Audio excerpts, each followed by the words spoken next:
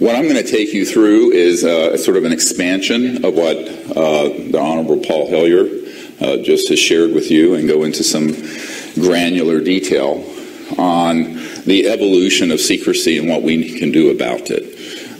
There is, as you all know, and everyone in this room, that you're not strangers to this, but some of the thousands of people on the webinar may be new to this concept, is that there has been 100 years of illegal activity, not 70 years since Roswell.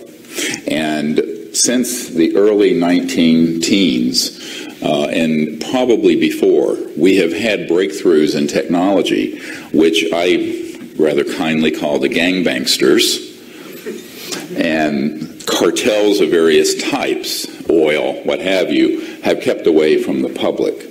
Most people don't know that in the 1920s, T. Townsend Brown was doing experiments with high voltage systems where you could have a crystalline structure, and with the correct electronic signal going into it, have that object levitate.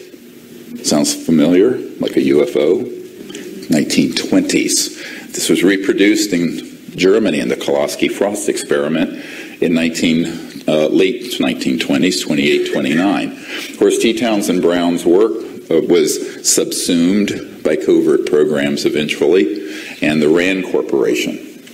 And what we are looking at today is a civilization on Earth that is dying because it has been strangled to death.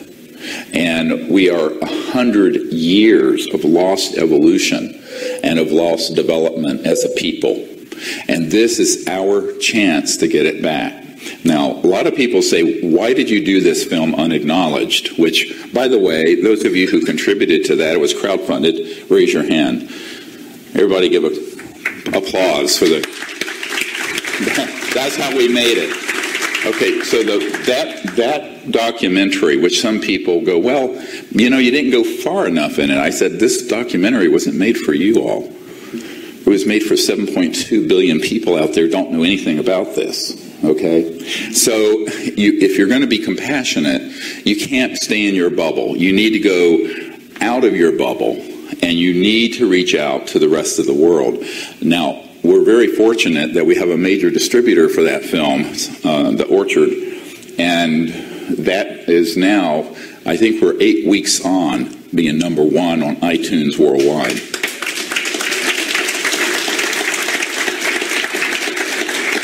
I think Richard Greer was miffed when his new movie came out and we beat them. No relationship. He's Greer, I'm Greer. So what is really important about Unacknowledged is that, and I'm going to just encapsulate it. You're going to see it tonight, and then we're going to have a Q&A after the film is shown. It's really an attempt to put together a taste of the evidence that's compelling, all from government sources, military witnesses, government witnesses, documents, etc. But then go beyond the, let's call it the ephemera, the sort of phenomenon of passing events and evidence. You know, after you have 500,000 or 1 million cases that are in the UFO reporting system, we have enough evidence. What's the secrecy about? But more importantly, how could they do this? How is it structured? And the name of the film comes from the first word that I learned of a special project category in the early 1990s, and this was just before I was briefing the director of the CIA. And unlike Paul Hellyer, he went on to not only defame me, but deny the meeting took place. And he took a golden parachute out of the directorate of the CIA onto the chief counsel for Booz Allen Hamilton, the contractor that Snowden worked for the NSA. And, of course, he knew what side that his bread was buttered on and did not want it to be known when I initially, after he was out of office, disclosed the nature of that meeting. But that's a side parentheses. If we had every one of, as I said before, of the integrity of Paul Hellyer, we wouldn't be in the world we have today. Now, what has happened is that the unacknowledged special access projects, which is the proper name for a super secret black project that is running sub rosa, beneath the surface and illegally, is that those evolved over the last century.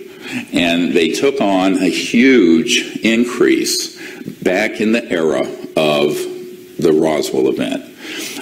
Just a point of note, Operation Paperclip was actually run by OSS, and OSS evolved and became the CIA. Now, I know something about this, having briefed CIA directors and put briefings together for them. Now, this Operation Paperclip wasn't just because we wanted the best and brightest German minds, who were very much, many of them, Nazis, but we wanted the technology. And I'm going to share something that's a little bit astonishing.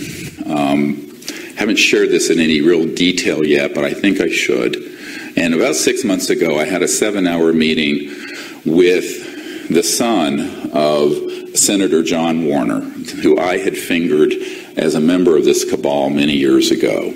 And Senator John Warner, who is not Mark Warner currently of Virginia, he's the Senator John Warner of Virginia who's retired. He had been Undersecretary of the Navy and had been very connected to these classified projects from early on in his life. He married Paul Mellon's daughter. Now, the Mellon family, Paul Mellon, around the time, one of the few billionaires in the world at that time, went over in 1945 to Germany with General George S. Patton and some others to retrieve a partially functioning Nazi anti-gravity system that they were working on. And that was their secret weapon that they were going to win the war with. But they didn't get it perfected before we got the atomic bomb. And the rest, as they say, is history. However, an interesting side note to this, now I learned this, that Senator Warner's son, who's about my age now, a little bit younger, said to me, you know, Dr. Greer, I have to admit that my family are fascists. He just flat out said it completely. And he is not.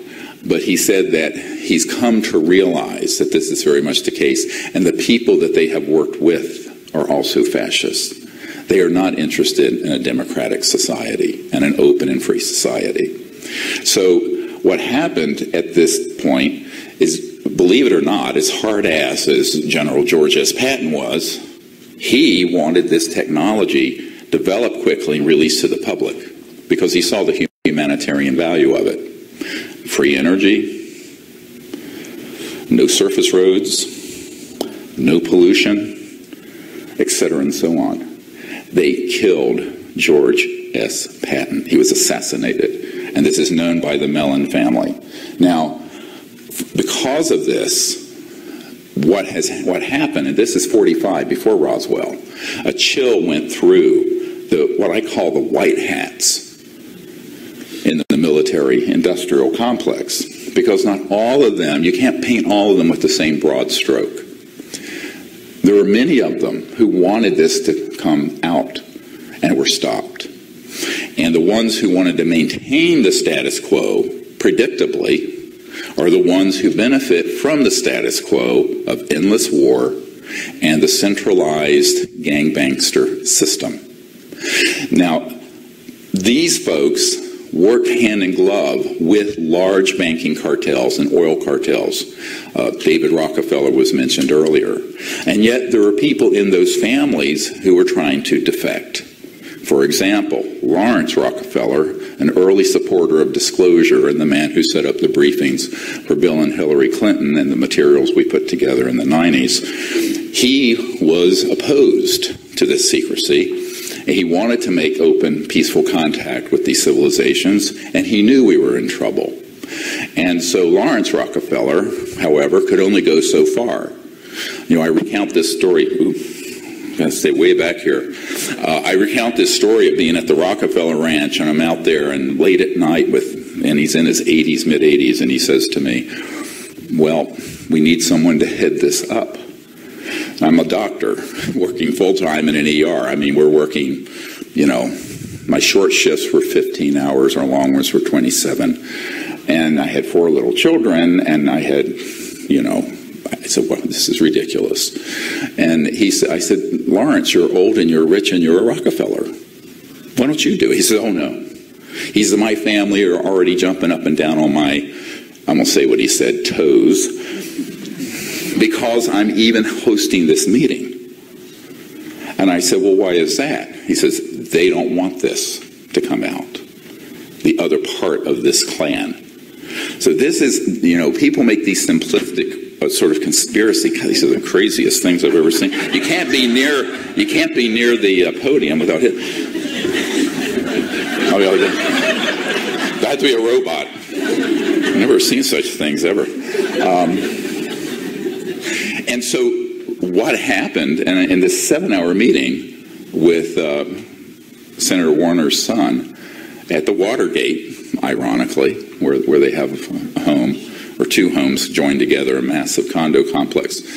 And we were talking about this, and I said, well, to what extent has this been known in your family? And did you get confirmation directly? He says, yes. Paul Mellon, as he got older, had a few too many drinks once and spilled the guts, the beans, all of it, to Senator Warner's son, and confirmed that, in fact, we had technologies we'd gotten from the Nazis and had been studying, and that those were actually under development. But along with those technology are the things like this disintegrator weapon that Mr. Hellyer referred to, that are scalar electromagnetic systems. Those are not new. Those were developed in the early part of the 20th century. And those were weaponized so that when these ET craft were checking out what these murderous monkeys, known as humans, were doing near Roswell, they switched it on, bang, 3 of them crashed. 2 were retrieved very quickly. The 3rd one wasn't found until 1951 or 52. So and people think, well, many people in the media have said, well, what would interstellar civilizations not be able to fly in our atmosphere?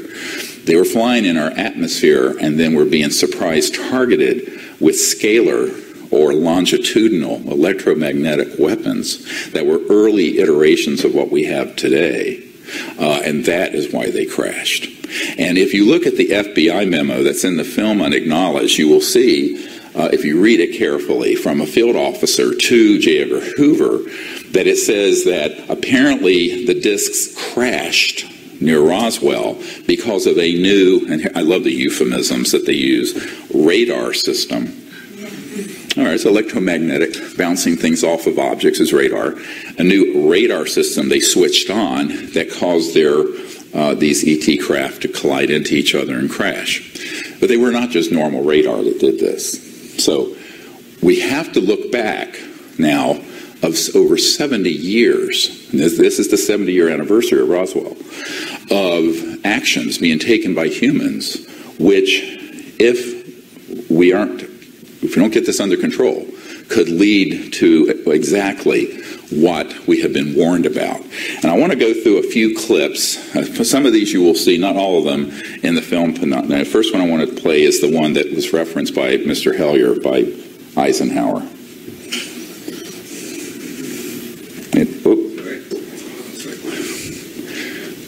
No sound.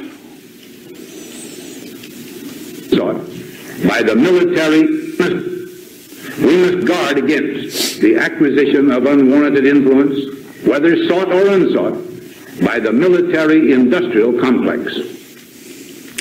And then play the next one. That was in 1961. This is in there on the shadowy government with its own Air Force, its own Navy, its own fundraising mechanism. There you go. And the ability to pursue its own ideas of the national interest, free from all checks and balances, and free from the law itself. That's a U.S. senator saying that, not a conspiracy theorist at a UFO conference. So, and then I want to play the next one, which is, put up the next quote from Admiral Roscoe Hillenkoetter. the first director of the CIA. It is time for the truth to be brought out. Behind the scenes, high-ranking Air Force officers are soberly concerned about the UFOs. But through official secrecy and ridicule, many citizens are led to believe the unknown flying objects are nonsense. I urge immediate congressional action to reduce the dangers from secrecy about unidentified flying objects.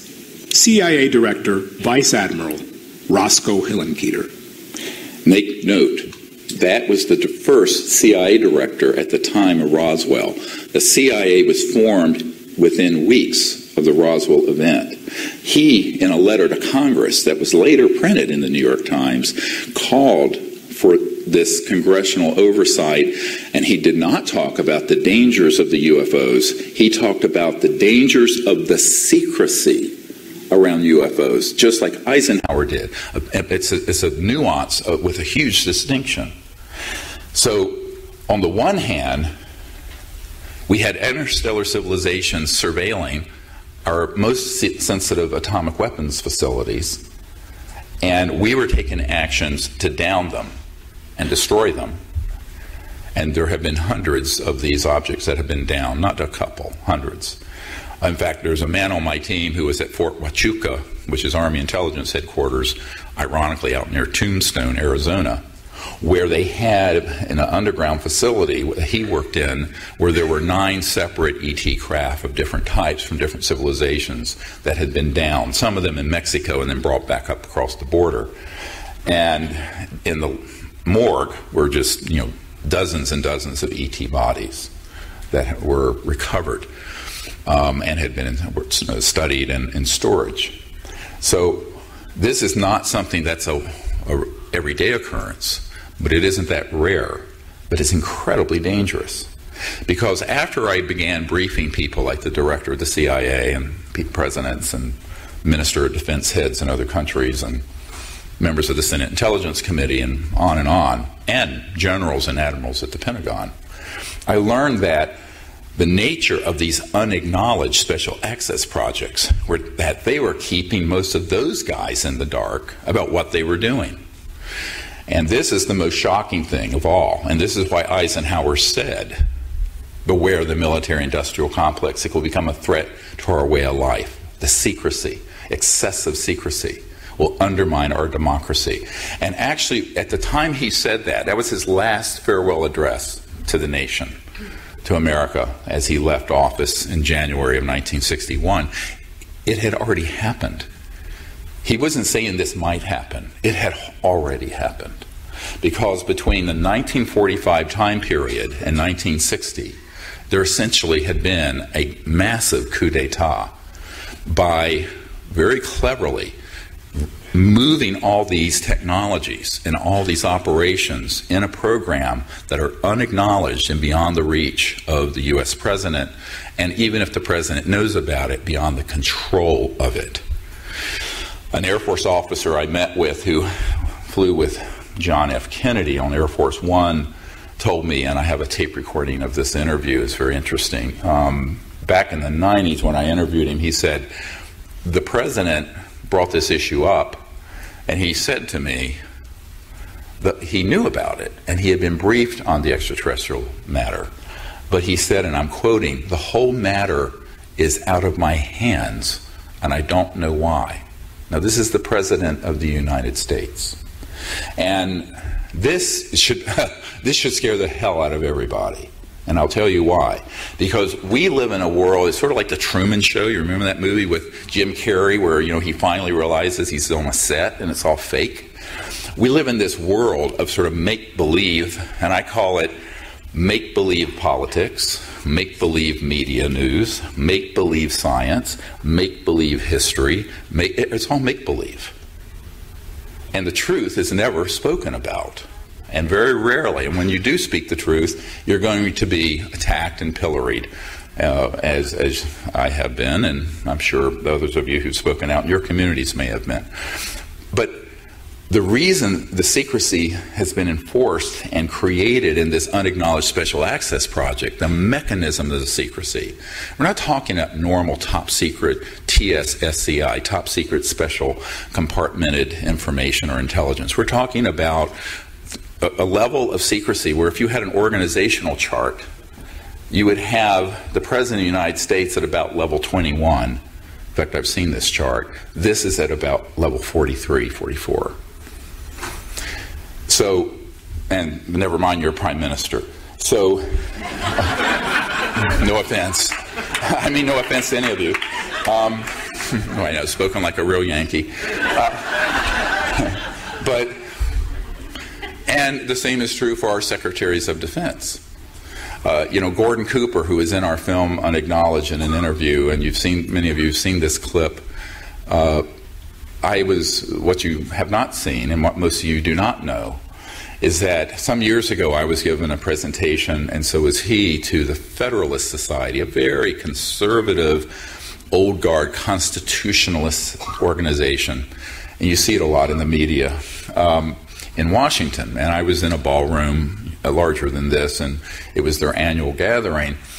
And before I spoke, Gordon Cooper came up to me and my wife and said, the Secretary of Defense a couple years ago, who at the time was Cohen, Secretary of Defense Cohen under Clinton, had asked me personally to give him all the specific data of what happened when his crew filmed a UFO landing in broad daylight out on one of the dry lake beds at Edwards Air Force Base, I believe in 1956. And because the Secretary of Defense wanted to see that footage and wanted to get to the bottom of this. And so astronaut Gordon Cooper gave the Secretary of Defense all the granular, actionable intelligence you would need to retrieve that information, and then got back later to Gordon Cooper, and the Secretary of Defense said, I'm denied access, apparently, because that has disappeared into some black hole. Now, this is the Secretary of Defense of the United States. So I tell these stories not because they're just apocryphal or sort of, but it shows a pattern that's very important from a legal point of view. And that is, and this is where I would differ a little bit with my friend, Mr. Hellier. We don't need to rescind the National Security Act. What we need to do is to violate illegal projects that are using the National Security Act illegally. Let me go through that again. Get your mind around this. If an operation is illegal and is lying to the President and to Congress or to your Parliament and your Prime Minister or your Minister of Defense, because as Minister of Defense said, he wasn't read into the projects that I know are going on in Canada today and at the time he was MOD head. Those projects are, by definition, off the reservation. And they are running outside the rule of law, and they are unconstitutional. A priori, they cannot cite the rule of law to prosecute anyone who defects from them. Got it? All right. That's how I've gotten all these military guys to speak. And sometimes it takes me 5 years of hand-holding a colonel or someone at the FAA or whoever to get them to actually step forward, name, rank, and serial number. But for every one that you will see in the Disclosure Project archive that we have, and we have several dozen on our YouTube channel, it's youtube.com/S-disclosure, S as in serious, but S, the letter disclosure. We have about 800 more, or more than that have given me information, documents, what have you, about programs they've been in, but they're terrified to come forward. So what we really need is an executive order that would say you are hereby allowed to speak about these projects since they have been run illegally for 70 years. Now, in the absence of that, and Daniel Sheehan and I discussed this in some length, we, the people, can tell folks that we know, and some of you may know people who've worked in these projects, that they cannot be prosecuted under any national security protocols if they are exposing an operation which is at its core an illegal operation. And I am here to tell you the secrecy on this issue is not only illegal and unconstitutional, but provably so. Because in proof of the pudding is this: I have published and put out top secret documents that were handed off to me by folks in the CIA and NSA that have not been declassified. Why am I not in prison?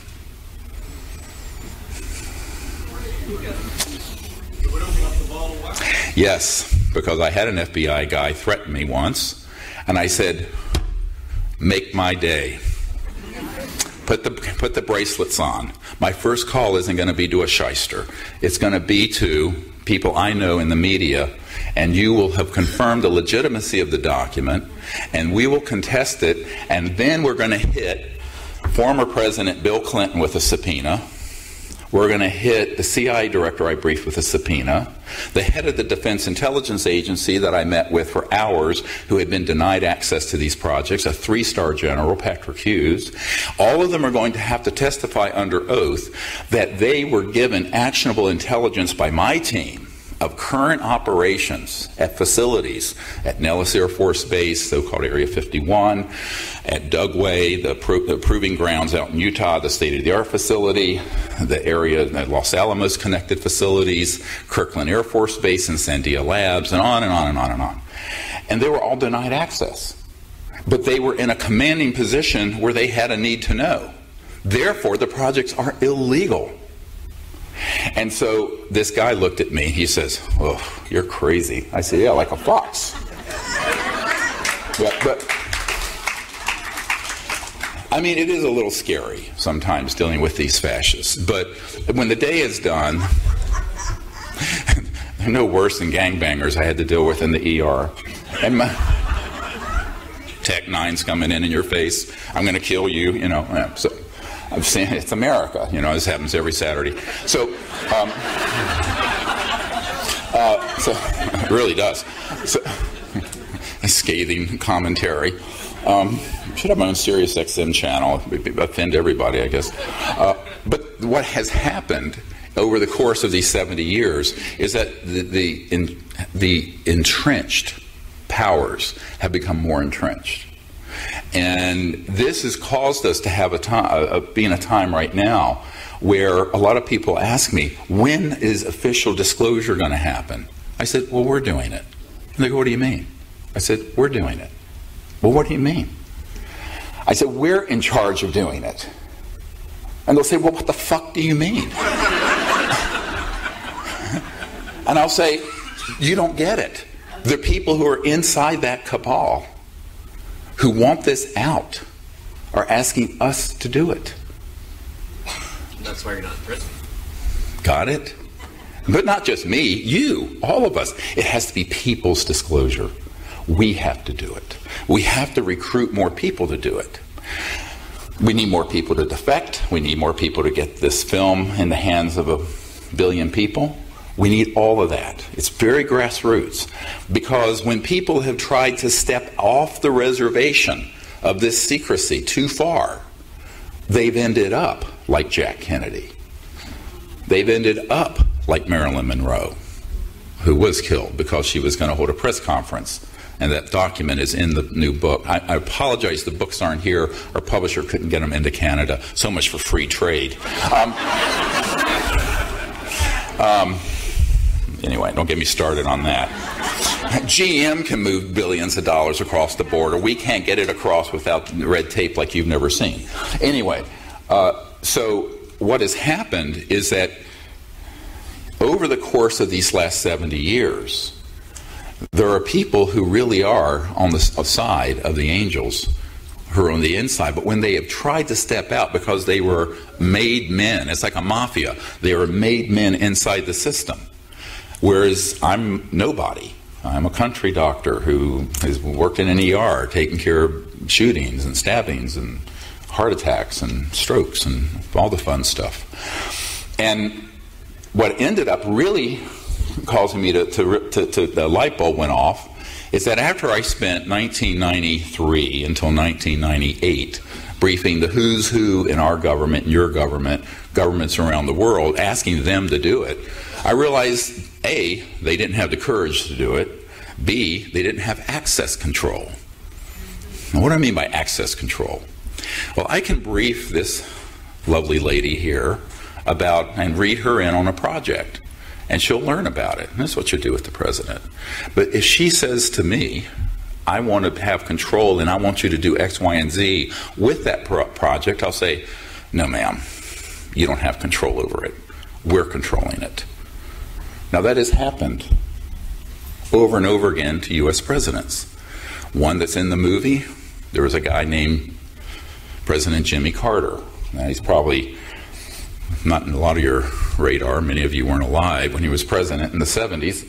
However, President Carter, when he was elected, the first thing he did was ask outgoing CIA director, but he was still CIA director, George Bush Sr., to be read into or briefed on this subject. Guess what happened? Bush turned to him and said, I'm not going to tell you anything.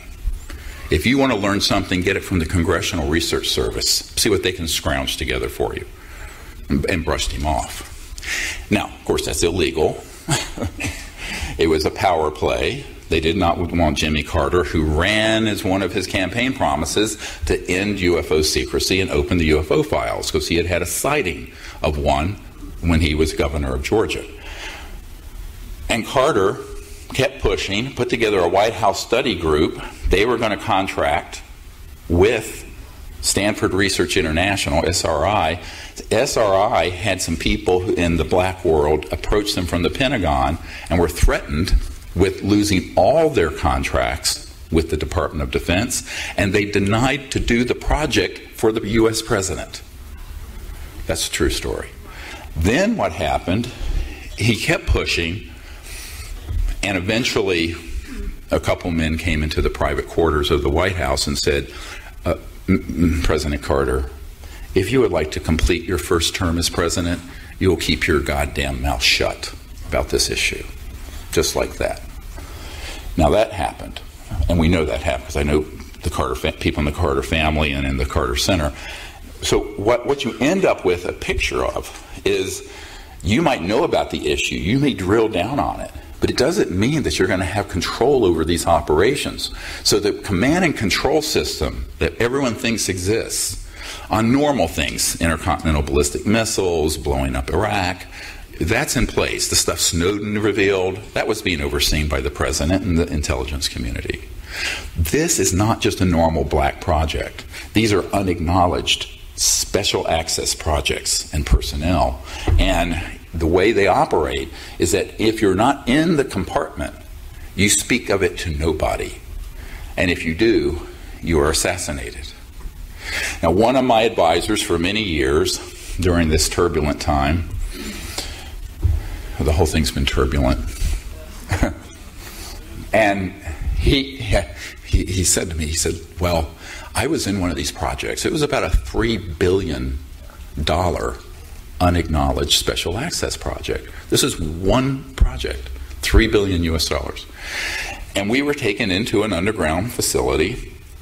Everyone had their weapons taken. Everyone had their recorders, watches, anything electronic.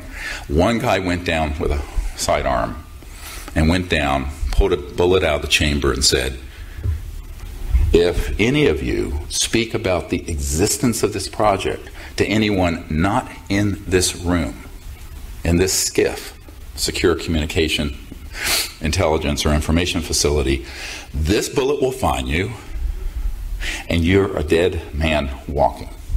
Now, this is a very serious naval commander who I know very well. And I've talked to many other men and women who have been in similar positions. So that is how unacknowledged special access projects operate. It's like the mafia. You blow the whistle on the Don, they're going to whack you. So this is a very nasty sort of way of controlling things. You break the law, you deny access to people who want to get the truth out, you threaten them, you defame them, you engage Disney Studios to make cartoons about the subject, so it's ridiculed. Did you know that we have a document in the CIA document officially released to me after I met with the CIA director, describing in the 50s of the CIA engaging Disney Studios to make cartoons about aliens. You see, so that people would take it with levity, ridicule it, and create a lot of social opprobrium and embarrassment if you were seriously taking UFOs into consideration. So this is what we're going to talk about a great deal at my workshop tomorrow, is the structure of how that has happened and the extent to which the UFO subculture was the primary target, and still is, of the disinformation and counterintelligence operations. It is the number one, because how else are people finding out about this? The internet and the UFO subculture. It's not a pretty story, but you need to know it. Now, I want to go, before too much time passes, to this next slide by the General Douglas MacArthur.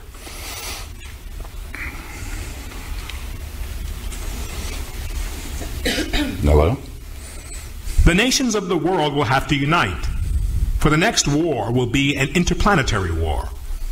The nations of the earth must someday make a common front against attack by people from other planets. General Douglas MacArthur. That was in 1955.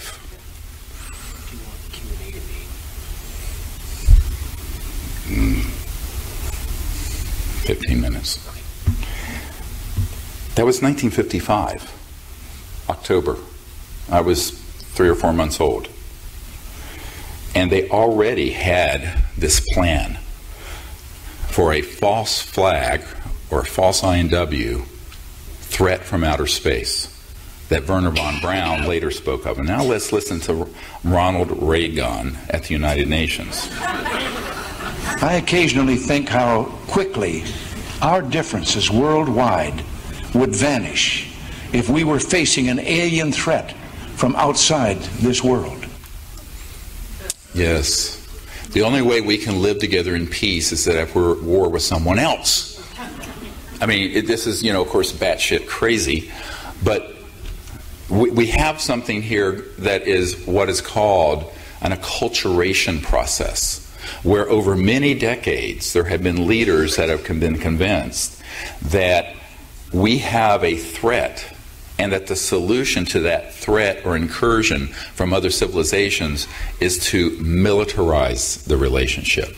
Now, interestingly, the same people who benefit from, say, hoaxing the Gulf of Tonkin event in Vietnam, which stampeded President Johnson into escalating Vietnam into the quagmire it became, that cost trillions of dollars and hundreds of the millions of lives, if you count Vietnamese and Southeast Asians as living humans, which they are, or the famous weapons of mass destruction that Saddam Hussein had, which were to justify us going into Iraq, which gave us ISIS. It's all hoaxed.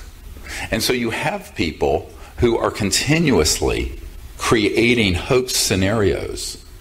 And this has actually got a very military-sounding, bureaucratic term. And it's called a deceptive indication and warning, or a false INW. And that's what the pop culture would call a false flag. And these are concocted in their research projects all the time. And they're put on a storyboard years, sometimes decades in advance. And the big one is the alien invasion one. And so through the UFO subculture, Hollywood, the media, and the internet, there has been a very well-funded and clever disinformation and counterintelligence operation that was launched in the 50s to convince people of what you just heard General Douglas MacArthur and Ronald Reagan decades later say was necessary. Now, let's pause for a moment on this, just for a moment. You're an interstellar civilization, which means you're also transdimensional. What do I mean by that? It means that you can create an electromagnetic field around this object, this phone, and have it its angular momentum of all its atoms and subatomic particles alter where it drops out of or rises out of in a higher frequency, this 3D into another dimension, which is not solid matter and is very closely approximates what you experience when you're in a lucid flying dream, so-called astral energy. We'll get into this tomorrow in great depth. Now, that's done electronically. Now, those technologies mean you can go faster than the speed of light because you're dropping out of linear space-time. So you're not going from, say, Arcturus to here in a line at some huge speed. You're simply dropping out of space-time and going boink, boink. Now, communication systems are even faster because there's no coefficient of drag of the residua of the material object. It takes a little bit of time, even if you're going interdimensional. But did I just lose you? No.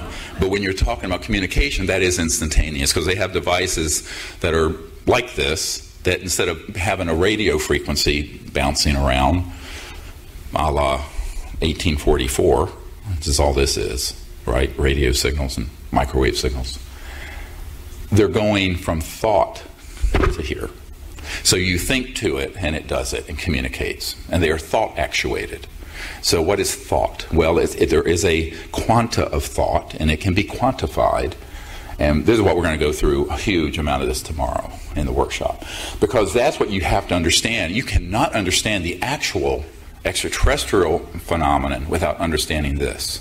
Now, let's imagine that these civilizations, therefore, are maybe 10 to the 6th to 10 to the 8th, maybe more years more developed than we are, hundreds of thousands to millions. Their weapon capabilities with that level of technological prowess would render any conflict more laughable than mutual assured destruction.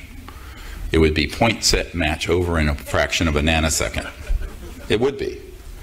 Now, however, it sells a lot of books and movies and Alien and scary stories to present that there's an existential threat. And there has been a plan since the 50s to convince the public that the next big threat we have to spend trillions of dollars to fight is in space. And that's why I made Unacknowledged. I made the movie Unacknowledged to expose this. Sort of like Paul Revere screaming, the British are coming. Because this is not something theoretical. I have met with people since the early 90s who have been on policy boards where they said we can hit a button, bang, launch events that 99.999% of the public and the National Military Command Center would think was alien. And it's 100% man-made and it will fool everyone. And this man had been on an interagency committee with NSA, CIA, Air Force, what have you, in 1974. And he said that it was fully operational long before he was on that committee. So people have to understand that we need to take a deep breath and look at what kind of manipulation has gone on to stampede the masses into fear. Because in order to have, and here's this right out of the Nazi playbook, in order to get the public to go along, you have to terrify the populace, like 9/11 did, and like Hitler did in Germany, but you have to have an enemy. Well, how do you have an enemy? You have to have an acculturation program that begins to put out all kinds of false and defaming and scary scenarios that you're creating under these deceptive INWs or false flag procedures, and convincing the public that they're actually something else, that they're saying in that case alien. But they're not alien, they're man-made. And what blows people's minds is that when I learned of this in 1992, 93, 94, from very good sources, I went, well, this has to be exposed. And this intelligence official said, oh yes, you can speak of it. It'll mean you're blacklisted. You'll be the most hated person in the UFO space. And on top of it, it is so bizarre. The truth is so much more bizarre than the fiction everyone's believing. that no one can get their minds around it. They won't believe it. It hides itself. It's hiding itself. To wit, people don't realize that we had fully operational UFOs, man-made anti-gravities, October 1954. That was when we mastered gravity control. A man who worked at the Naval Research Labs, and was the highest ranking scientist there, and by the way, that's the largest defense labs, and it's in Washington. I've been in those facilities. And he was on my team for many years. He's since passed away of prostate cancer, so I feel free to speak of this. And Rick Foch was his name. And he said to me, you know, I was in the vault and saw the documentation that in October 1954, we mastered gravity control. And so since the mid-50s, there have been two phenomena going on that have been conflated as one. Man-made UFOs that deceive people as being alien. They then began to realize that if they started staging other types of events, they could scare the hell out of people. And they began to develop the ability to stage things like abductions and mutilations. Now, all right, now, have people had actual contact with ETs? Yes, I have no doubt I have. But they began to also do this other program. And years ago, you know, I didn't know any of this. I remember in 1990 writing to, or early 90s, and I was just starting out in this. And I'm a doctor. I mean, I wasn't that versed in all this. And I wrote to the late Bud Hopkins Intruders Foundation.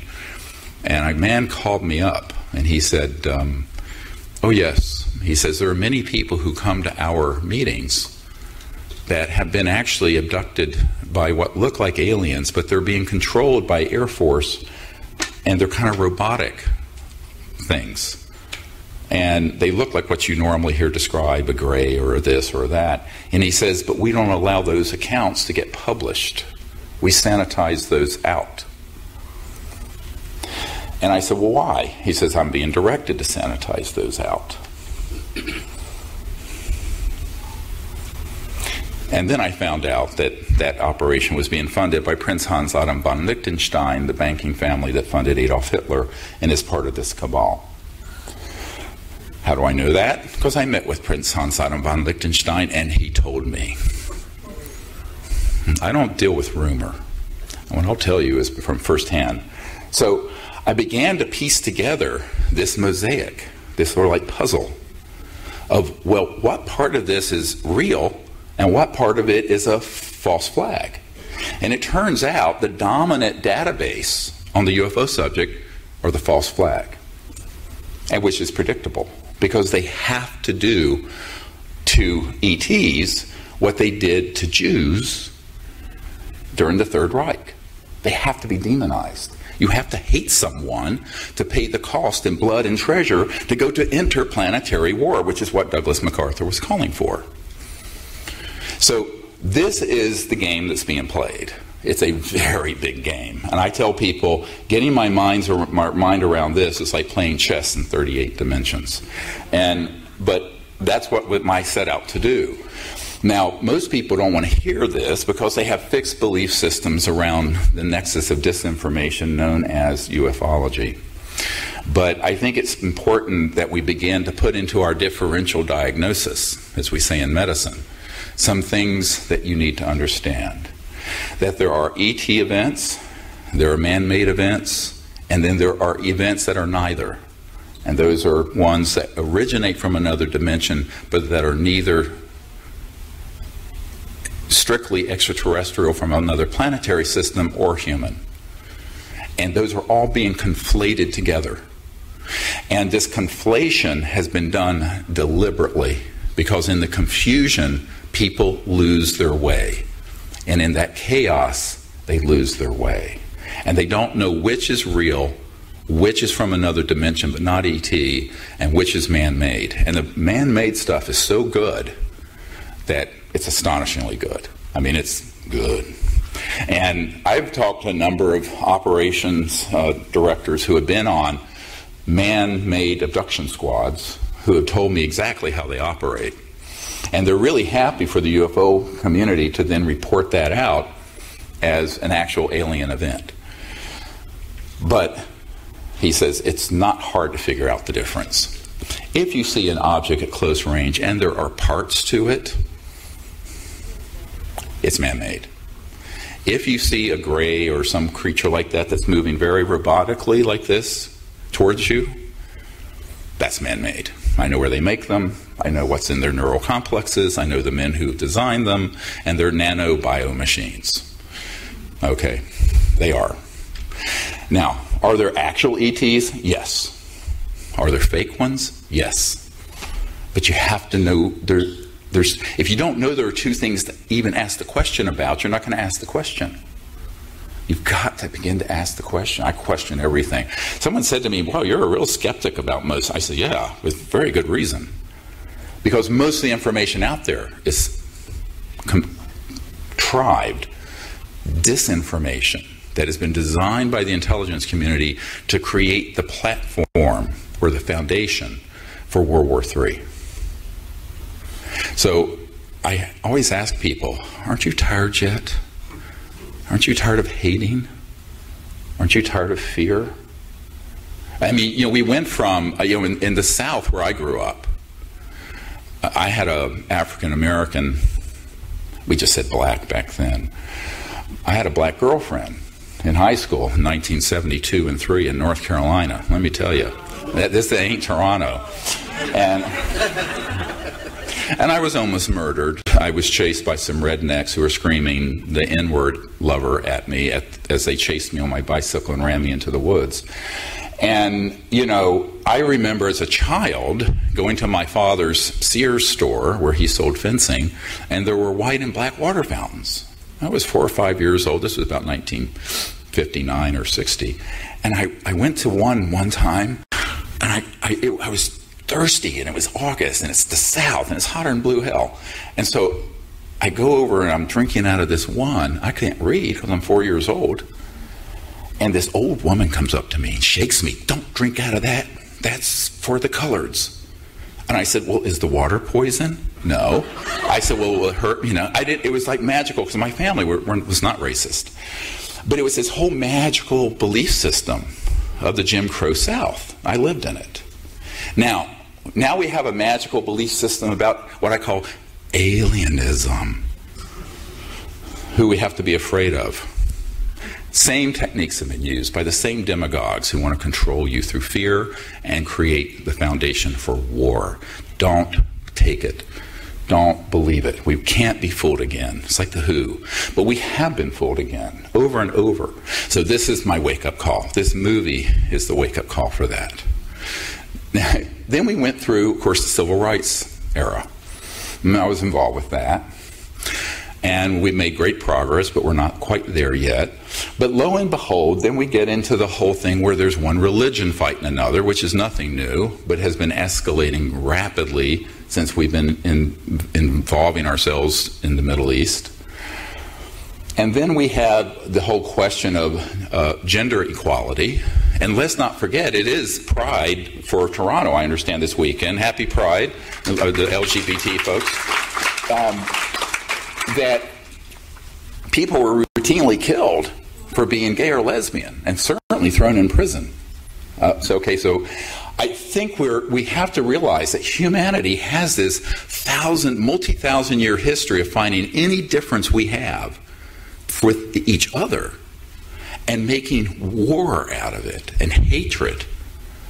And that is what we have to transcend. To me, that's the original sin of the human race. Is that if you look at our genetic roots from primates, monkeys, they organize into troops that do get into wars and they do murder each other.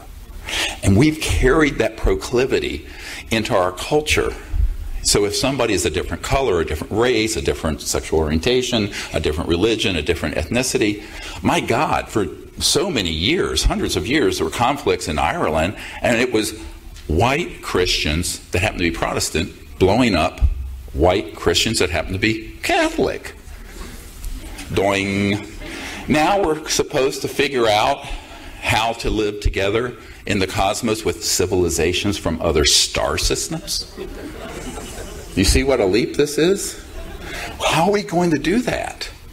You can't go to war because it'd be the end of all life on Earth. The weapons are too powerful. They make a hydrogen bomb look like a tinker toy. Trust me on this. I know what these weapons are. So the only path forward is one of universal peace. Not world peace. World peace would have been 1917. All right? And League of Nations. We have to establish universal peace. And that was why I left medicine. All right, to get that message out. We have to go from where we are to a civilization that understands that there is a singularity of consciousness, of the mind, that unites all intelligent life in the universe, and that we are those people.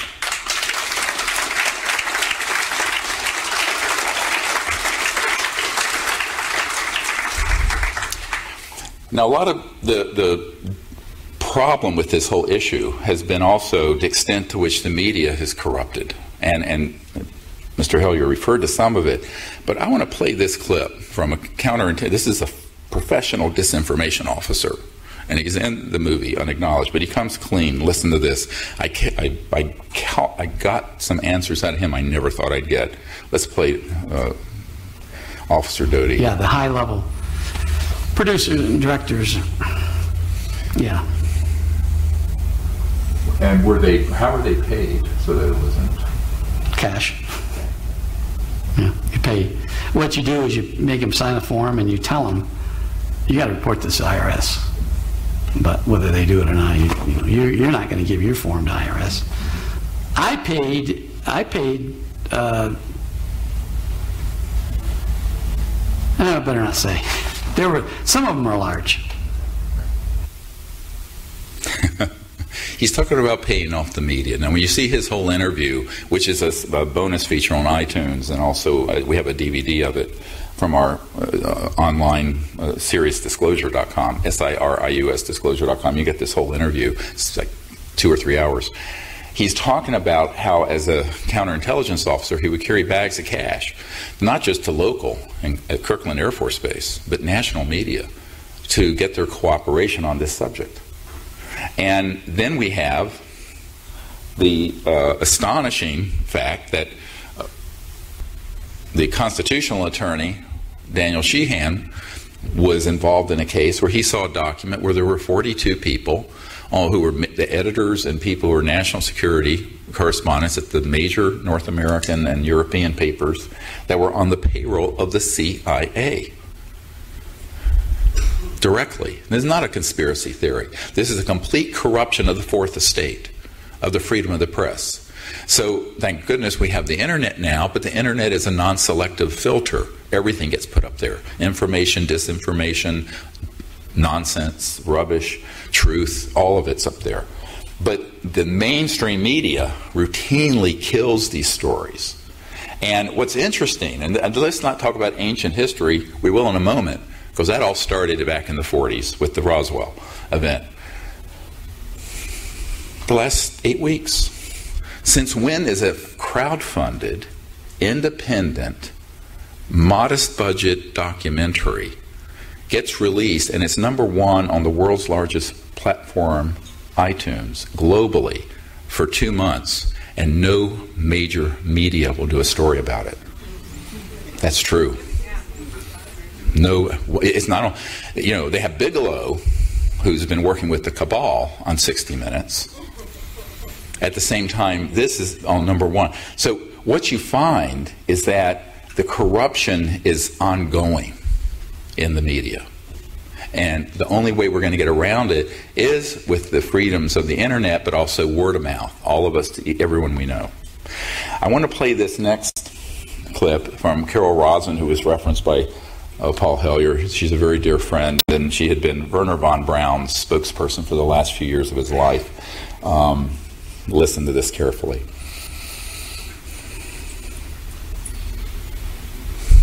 You can play that one. When von Braun was dying in front of me, the very first day that I met him, he had tubes draining out of his side.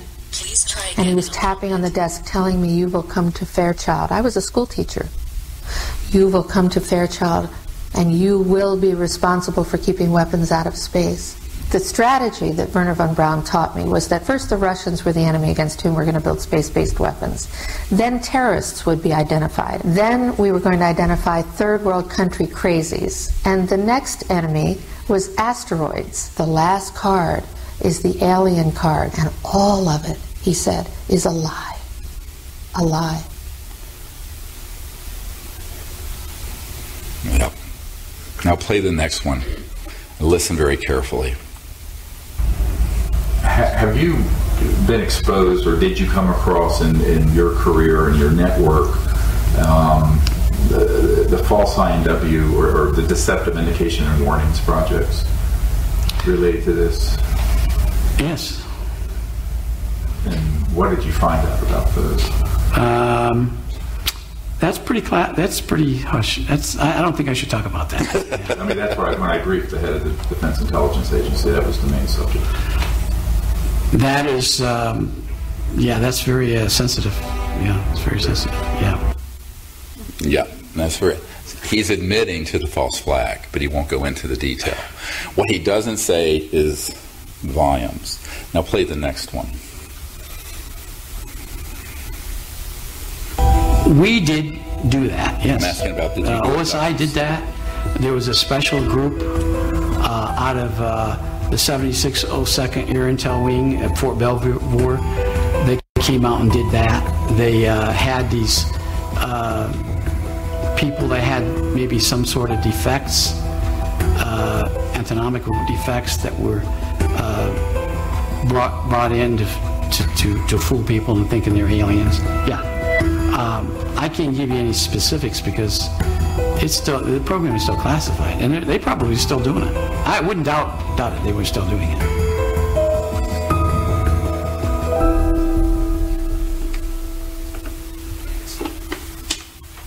Okay, I think this is a bleed over from another clip. The key point was I was asking him about staging alien abductions. We did not go into mutilations, and I basically asked him, are you aware of this? If you look at his whole interview, and in the book Unacknowledged, the whole transcript is in there. The book has about 10 times more information than the film. And he talks about the fact that there were some specific cases he knew about in Washington State where people saw something they shouldn't have seen that was man-made, and they then sent in a home invasion team of aliens that were man-made to attack them. Now, this is very reminiscent of the Stan Romanek case. You heard some years ago, and he was on Larry King and all these shows with Boo, the alien that would pop its head up. Well, I went to his home, and Ricky Butterfast, who's here with me, can attest to this, and to meet with him and see what had actually happened. And it turns out he had sold the rights to the tape recordings I'm about to describe to Disney, which black shelled them. Now, in this particular case, in one of these incidents, he was having like his medicine bottles were being like microwaved and melted in his cabinet, and weird stuff going on, and electromagnetic strangeness in his house. And one particular day, he had a camera set up, a video camera. He was in his kitchen, and it was running, and this alien walks in and apparently throws a canister, some chemical, and he passes out, knocks the camera over. And there had been someone who kept warning him about what was going on. Apparently his father was in the Air Force, and there must have been a friendly on the inside who knew what game they were running on Stan.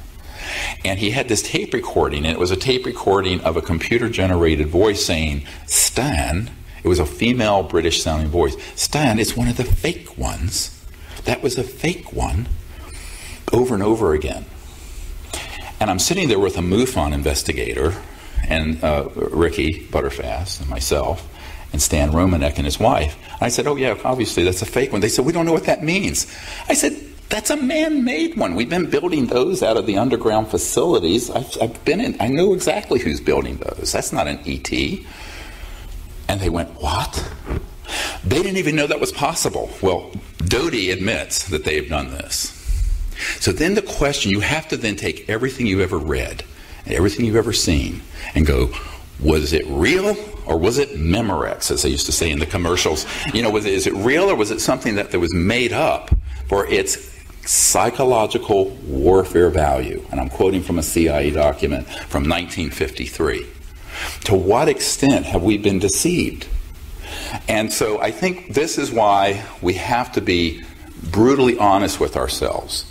And I have had contact with ETs, and I have also been targeted with what he's describing. Both. And I know the difference. And I can tell you that it's quite clear the difference. And the electromagnetic weapon systems that can induce an abduction state, and then the things they can do are truly terrifying. And the same thing with the mutilations. Dr. John Altshuler, who was a hematologist, pathologist in Denver, who was the original Snippy the horse investigator back in the late 60s in Colorado, is a very good friend of mine. And he concluded that those were 100% being done by paramilitary human groups made to look alien because they would frighten people, but they were also getting raw materials for their program life form labs that were in underground bases out there. And they were getting cell types and cells with high mitotic indices and things of that sort, and the tongue and the rectum and the genitals and what have you, because they reproduce quickly. But they would masquerade it as a UFO doing it. And he figured that out long ago. And then all of a sudden in the UFO subculture, an alien harvest. Well, no. Actually, it's a paramilitary harvest. And we know exactly what they're doing with these body parts, and we know why they're doing it. And they're very happy for people to think it was ET. That's how counterintelligence works. So if you want to study this issue, you cannot leave out, you can't just take anything at its face value. You have to question what part of it is real, what part of it is hoaxed, and why would they want people to think that there's a threat? What Reagan said, what General MacArthur said. Because, let's get back and follow on with what Paul Hellyer was sharing. How do you justify trillions of dollars in expenditures unless you have a bigger and more powerful enemy? Leon Panetta, the CIA director for Obama for a period, and I provided a briefing to him, and he said publicly, we're spending $110 billion a year chasing about 70 Al-Qaeda people in Afghanistan. He literally admitted 70. So in order for Halliburton to get their $150 a gallon for a jug of water no-bid contracts, you got to have this war going on. Cheney's old company, Halliburton. So this is all contrived, but the big one's coming. You ain't seen nothing yet, friends. If you think Vietnam was a disaster, or the Iraq War and ISIS and Afghanistan's a disaster,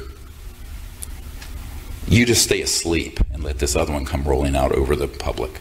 So we have got to wake up and realize when we're being played and when we're being deceived and say, no, we're going to opt for universal peace.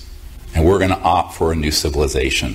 Free energy, peaceful contact with these civilizations, the ending of these cabals, and the ending of the stranglehold that the gangbangsters have on this planet.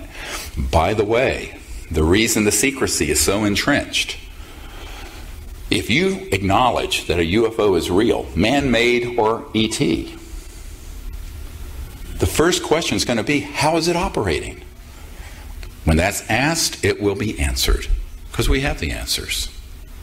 When that's answered, it's goodbye oil, petrodollar, your public utilities, hydropower, solar, nuclear power, internal combustion engines in your car, jet engines, rockets, all of it, bang. Obsolete. And we're talking hundreds of trillions of dollars in commodities that are traded on the Chicago Board of Trade, just in the commodities futures derivatives. That would be obsolete. You wouldn't need, when you don't need coal, you don't need oil. So you can't have this subject come out without it also bringing out the sciences and technologies behind it, which is why they're desperate to keep it secret and to scare people with it and create all kinds of false flag things. And people say, when is the false flag event going to happen? I said, it happened. It's been happening since the 50s. We're 60 years into a false flag operation, but no one's looking at it properly. So I want you to readjust your thinking about that. I want to play one more clip. It's a bit of a long one to give you an idea to what lengths they will go to. This is about the Cash Landrum case in Houston, where all these people were virtually killed and radiated by the crash of a man-made UFO. I don't know. Did you ever meet an Air Force pilot who piloted them? Only the Cash Landrum. I actually interviewed him. There were 4 of them. I mean, the two pilots. There was a systems officer that was handling the equipment, and then there was I can't remember what the 4th person did. He was a navigator or what he was. And I interviewed them, and everything that could have gone wrong, it took off fine from Nevada and flew perfectly. But when it was going to an air base. I can't remember which air base it was. Some air base in Texas. I think it was Webb Air Force Base in Big Springs. I think it was. Yeah, I'm pretty sure it was Webb. This is a man-made UFO. When they tried to slow it down, that's when the problems happened. And then they cut power, and so many things went wrong that they almost crashed. They called for rescue helicopters. They thought we would have crashed. So these helicopters came out, but they finally got it going again, and they landed at some place. Apparently it was just past where they spurred all this radiation on those 2 poor people, or 3 people, or however many it were. And then they flew it back to Nevada. It was pretty huge. It was one of those big ones. It was not a saucer shaped. It was more huge oval shape. Was it man-made? It was reverse engineered. Reverse engineered. Yeah. Yes. They trained 9 months before they ever flew it, and then they trained another, I can't remember how long, 4 or 5 months, flying it all around Nevada, and it worked fine. But the problem is, it's a reverse engineered alien craft with one of our nuclear propulsion systems. Right. Well, that wasn't refined because they couldn't figure out how to reverse engineer the aliens. They got it to work at times, but they couldn't manipulate it the way they needed to for a human pilot to fly it. So they had to put one of our propulsion system in it, and it malfunctioned.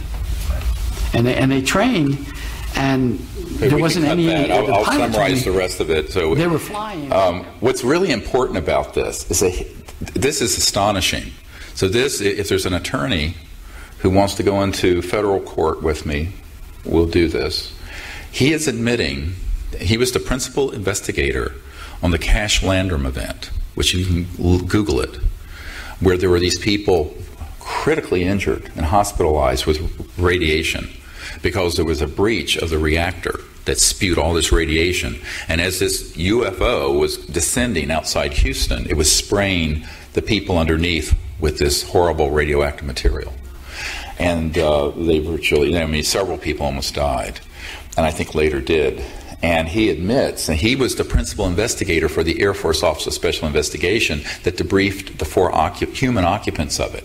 Now, for years, they were very happy to let the public think that was an alien craft and the aliens radiated those poor people. It was not. It was the U.S. Air Force covert programs that flew out of Nevada, meaning Area 51. So this is the sort of thing that goes on. And it's criminal. Those people actually tried to go to court to sue the government, and they simply said, this project doesn't exist. We have no knowledge of it. Because the people that they were trying to sue in the mainstream government did not. That's the nature of an unacknowledged special access project.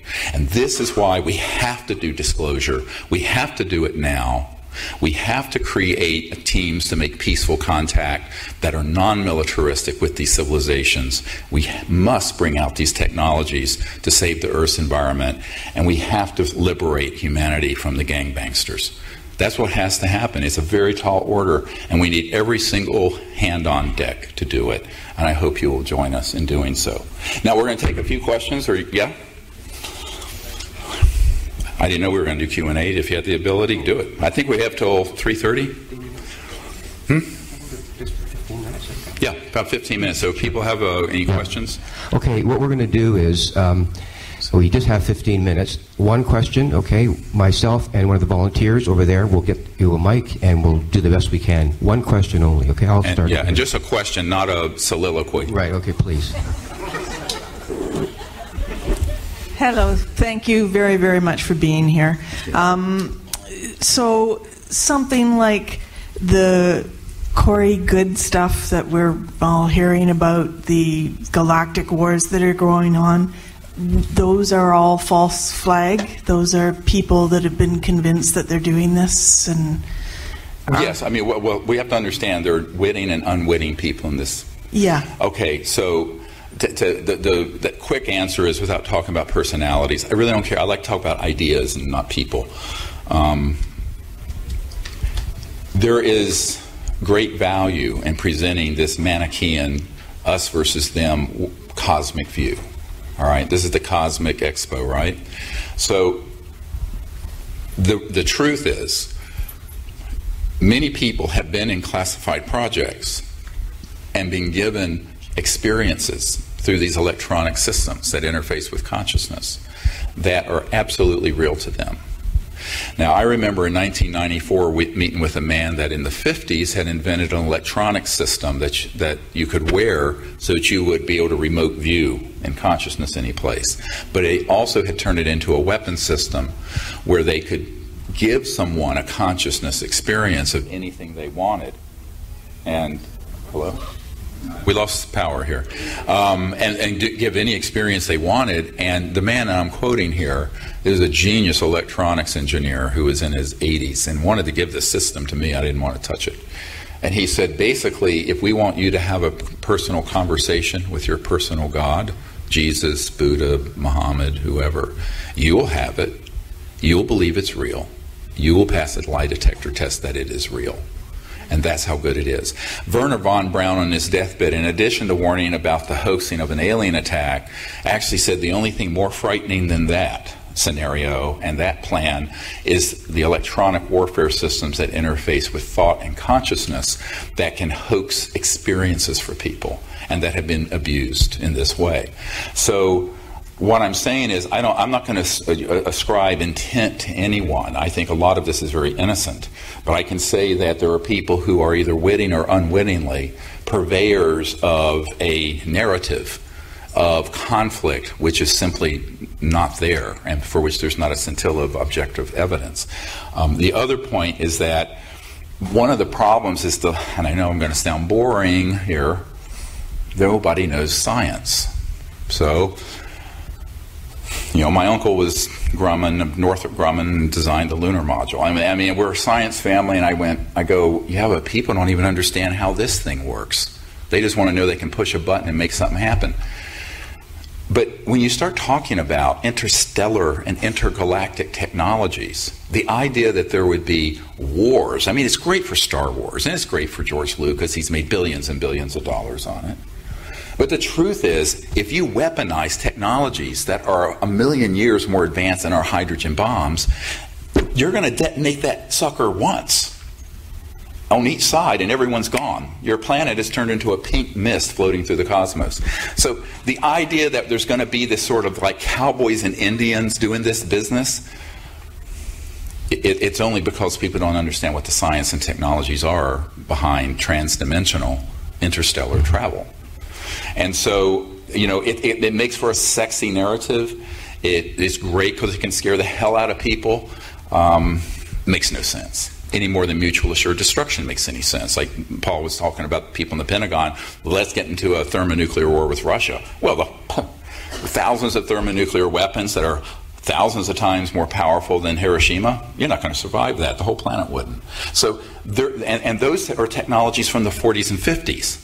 We're talking about technologies that are hundreds of thousands or millions of years more developed. So I think we have to look at how does life evolve in the universe? And we're going to talk about this a lot tomorrow in the workshop that I'm going to do here from 3 until 7, is that there is a morphogenic field propagation, but there's a selective process. That if you reach a certain point and you don't make it to what Michikaku calls a level 1 civilization that's peaceful and living in harmony with its environment and not destroying its planet, you don't make it any further. So we're a level 0 civilization. To get to a level 1, which is the minimum we have to get to survive this current period of time, we have to become peaceful on Earth and peaceful in space, and we have to bring out the technologies, and we have to end the era of endless war. It's required. And other civilizations have come this way before us, and if they don't get that right, they terminate. They destroy themselves. So this is what I call the selection of non-hostility in interstellar civilizations that is built into the system of the speed of light barrier. Because if you go beyond the speed of light and you still have this consciousness of violence, you're not going to survive very long because of the nature of that kind of technology being weaponized. There's a question on the other side there, yes. I think. Hi, Stephen, and thank you so much for this presentation. Sort of a dual question. What is the difference between, or how do you tell the difference between a man-made alien and a real alien, and a man-made craft and a real craft? Good question. Sometimes you can't, because the man-made ones have gotten very good, but at a close proximity, if you can see superstructure, meaning the airform, the ET objects are seamless, and they have no visible parts. The man-made ones do have visible parts, like if you look at a Boeing, you'll see where the rivets are, and you'll see, and they are made, and I'll get into this tomorrow about what transdimensional manufacturing is, how you create a kind of an infra-ultrasonic energy field that's in this dimension just beyond linear space-time and materialize objects in totality out of not digging up ore and digging up metal and cobbling it together, but materializing it. Okay, and that's how they're craft, and that's also how they're suits. So I'll give you another example.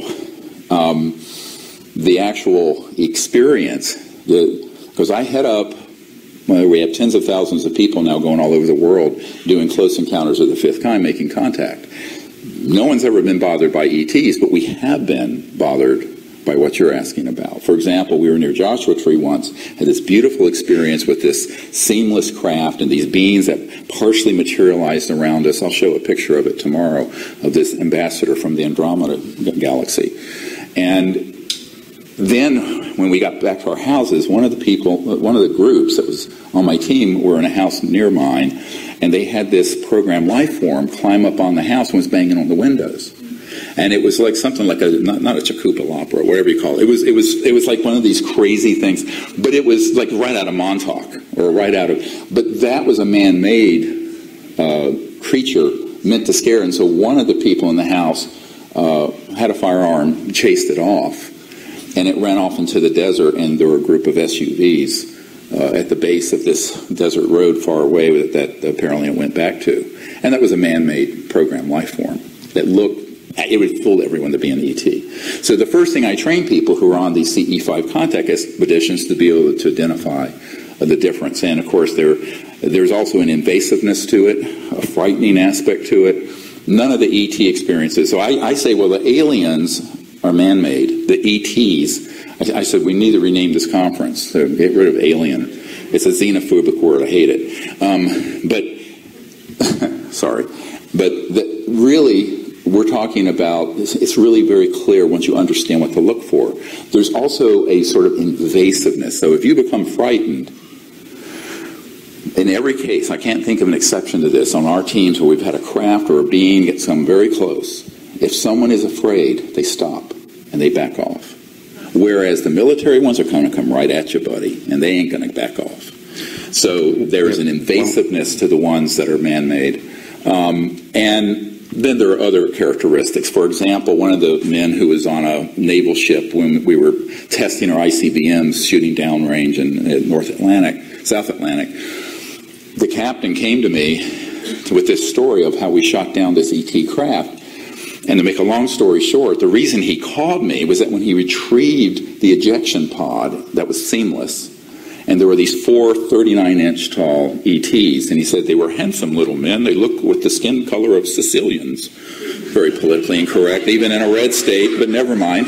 And no hair and everything. Now, I'm quoting. I mean, hey, it's just the truth. And he said, but the reason I'm calling you is that they had this uniform on that was some type of metallicized cloth that was very fine, but there were no buttons and zippers.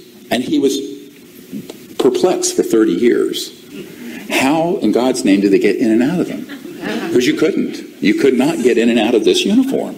There was no way to get, there was none of this. So, and it was tight, and there was no way to get over your head or take it off. I said, they have a electronic system where those items materialize on and off. They would zip, zip. He says, oh, that's it. And then I explained to him what transdimensional interstellar manufacturing consists of. So, ironically, a lot of these military guys who approach me have just had one little picture of something, and they come to me because they kind of know that I've been collecting the picture from 1,000 different sources. So in a sense, we've become our own intelligence gathering operation with the Disclosure Project. But that was the main reason he called. And that's another thing to look for, is the clothing, subtle things like that. I mean, you wouldn't think to look for it, but it's very important. Another question. One more question back here. I think we have time for one more question, okay? Back here. Yeah, sure. You the boss. Question I have is reading about Operation High Jump. Now, Byrd, in the end, turns around and says, we have to be very careful because there's objects that can fly from pole to pole. You're familiar with this. Is that a flag that's gone up, or is there something behind that we're not supposed to know? Because Byrd was supposed to be down there in Operation High Jump for 6 to 8 months. After 2 months, they scattered home with their tail between their legs. But there's objects that are flying through the atmosphere from pole to pole. Well, fill me in. It's been well known that they're one of the places that for decades now, probably 60 years, there have been covert military UFO-looking bases that are on the poles because they're very well hidden. It's also come to my attention recently from a man who's worked very closely with the United Nations and with the last CIA director, outgoing CIA director Brennan, that is apparently, particularly the southern Antarctica, is where a false flag would be launched from, so that these assets could be put up and get airborne enough. They wouldn't be coming from space, but they would look like they're coming from space, and there's very little detection in these very remote areas on either pole, up north or around the southern pole, and that there are underground facilities there. Now, there are other ones, such as the Pine Gap area of Australia, and I have a man who worked there as a physicist, and that's a huge underground facility. That's a joint Air Force and NSA operation, and that is where a lot of the program life forms are being manufactured, by the way, is in that area of the central outback of Australia near Pine Gap. And I have interviewed a man who worked in the facility and how it's structured and how it's laid out. And interestingly, with this Air Force intelligence officer, Doty, he describes both the man-made research and development sections of Area 51, but also describes in detail the areas that are dealing with the true ET craft, and the two have no connection to each other. They're very compartmentalized, but he had access to both. So it's a very interesting, that whole interview is amazing. It could have been a whole documentary, but, and you can see it. I mean, it's available. So in closing, I'd like to just thank all of you for coming and for your support for Unacknowledged. I hope to see you tonight. We'll have more Q&A time after the film. We'll have an hour of it. And I want you to just leave with this one thought. Don't look to your governments to fix this. Look to yourselves and your neighbors. Look to what you can do. Because the Disclosure Project, I founded the Global Disclosure Movement after I had exhausted every single possibility going through the government that you and I know about. So I have not a lot of confidence in the governments as they currently exist because they are wholly owned assets of the cabal. I have a great deal of faith in the average man and woman on earth to learn about this and do the right thing and come together. And if we do that, we can create an entirely new civilization on earth that will go on for hundreds of thousands of years in peace and abundance. So we're going to do some Q&A here. That's something I've never done with the premiere. And I may sit for a while because I've been standing all day doing things. If you can't see me, I'll stand back up because it's a low chair, I guess. Oh, forget it. I'm fat. I weigh 238 pounds. Don't worry. I'll stand. I can do it. So, so what I need is one of my people to pick the questions they like and just sort of read them. You can read them to me. And then I'll... we do this just so people don't hijack the microphone and go into a 20-minute soliloquy. You know how that happens?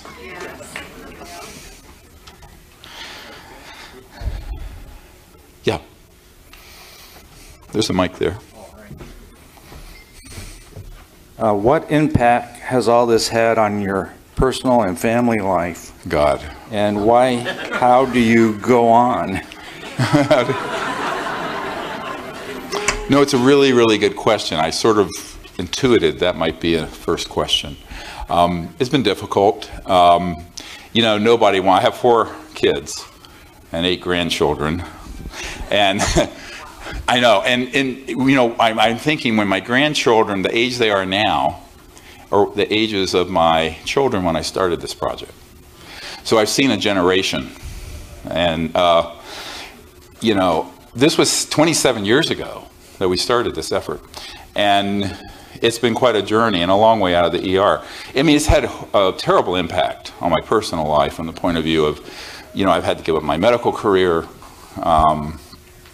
suffer the social opprobrium and ridicule that goes along with this subject, death threats, close friends assassinated, all that. I think for the family, the hardest thing is losing the father doing something conventionally respectable. Okay, emergency doctor, like, you're saving lives every day, right? And then doing something that's associated with the lunatic fringe of lunatic fringes. So, now I'm being honest. So, very difficult, actually. So, I think that while they're very supportive, it's been a huge sacrifice. Plus, we were not able to do the things we could have done. I had to give up around $12 million in income as a doctor doing this. So the short answer is it's been devastating. But the longer answer in terms of what has kept me in the process is knowing that really if we don't resolve some of these fundamental issues, the rest of it isn't going to matter. And so psychologically, I'll say, well, my patient now is Gaia and her 7 billion children. So that's kind of how I think.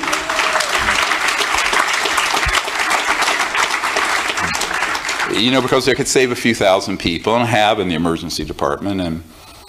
But this is something that if we can get this right, it's not a generational, it's a epic. EPOCH. It's a billion-year thing going on.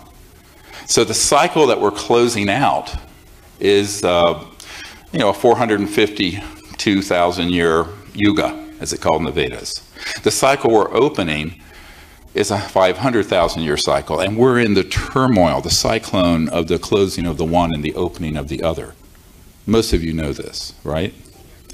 So we have to get this right, because at this fulcrum, this tipping point, we have to get on the Hopi prophecy line that goes on forever and not the termination line. Right now, our civilization is on the termination line, if you know what the Hopi Rock is, the prophecy rock, where if we stay on the course we're on, our civilization will terminate. If we get off that line and hop quantumly, like an electron shell, bink, bink, onto the line that goes on and on and on, we'll enter an era of universal peace, global enlightenment, interstellar travel, abundance and free energy, etc., and so on and so forth. Now, this has all been forestalled for 100 years. And so what I do pretty much every day is to get up and put one foot in front of the other, which is hard, you know. Thank you. Next question. Dr. Greer, how do you think the disclosure of zero-point energy technology can occur, and how can interference from big oil and other corrupt entities be avoided? Well, you can't avoid the corruption of the cabal, all right, as Paul Hellyer was talking about. They're omnipresent. However, this is, again, I mentioned this in my talk, it's like playing chess in 38 dimensions. You have to think, what is their strength? Their strength is secrecy and corruption. If you go to the National Reconnaissance Office headquarters, it says over the entrance, "We own the night." That is their motto. They run all the top secret satellites for the U.S. And I say, we own the light. So, and I've said that to NRO people. And I said that our effort is to disclose and put into the daylight things that they wish to keep secret. Now, you don't do that by stirring around the secrecy, to wit. You cannot have a device that is 0 point or cold fusion or any of it and do it through the conventional venture capital, secrecy, and patent route. Because the system owns that pathway and they will intercept it. And the proof of it is they have done so for 100 years. This is not speculation. You cannot do it in a way that is any other way but massive, open source and open disclosure. So what I have come up with in the last year or so, and this is 26 years of very hard knocks, and it's cost us about almost $1 million in fraudulent new energy devices and devices that were real that got intercepted and people who've been assassinated, and it goes on and on and on. We could spend all night. I couldn't begin to exhaust the drama. The point I'm making is there's one pathway out of this morass, and that is you either have someone who has something operational and we take it forward, massively disclose it, and make it open source. You bypass the patent office, you bypass the IP, intellectual property. But you also, if someone said, here's $100 million, 50 to 60 of it has to go into basically public education and disclosing the device, or you're dead. So the new energy Earth incubator is what I'm calling this. Like Google has an incubator where they research things, and Facebook has an incubator fund. We need a new energy Earth incubator that will bring these technologies forward for the benefit of all of humanity without intellectual property, without secrecy. And if it's being researched in a lab, if something isn't handed off totally functional, which I don't see happening, it might, if you know of one, give me a call, then the lab is live streamed.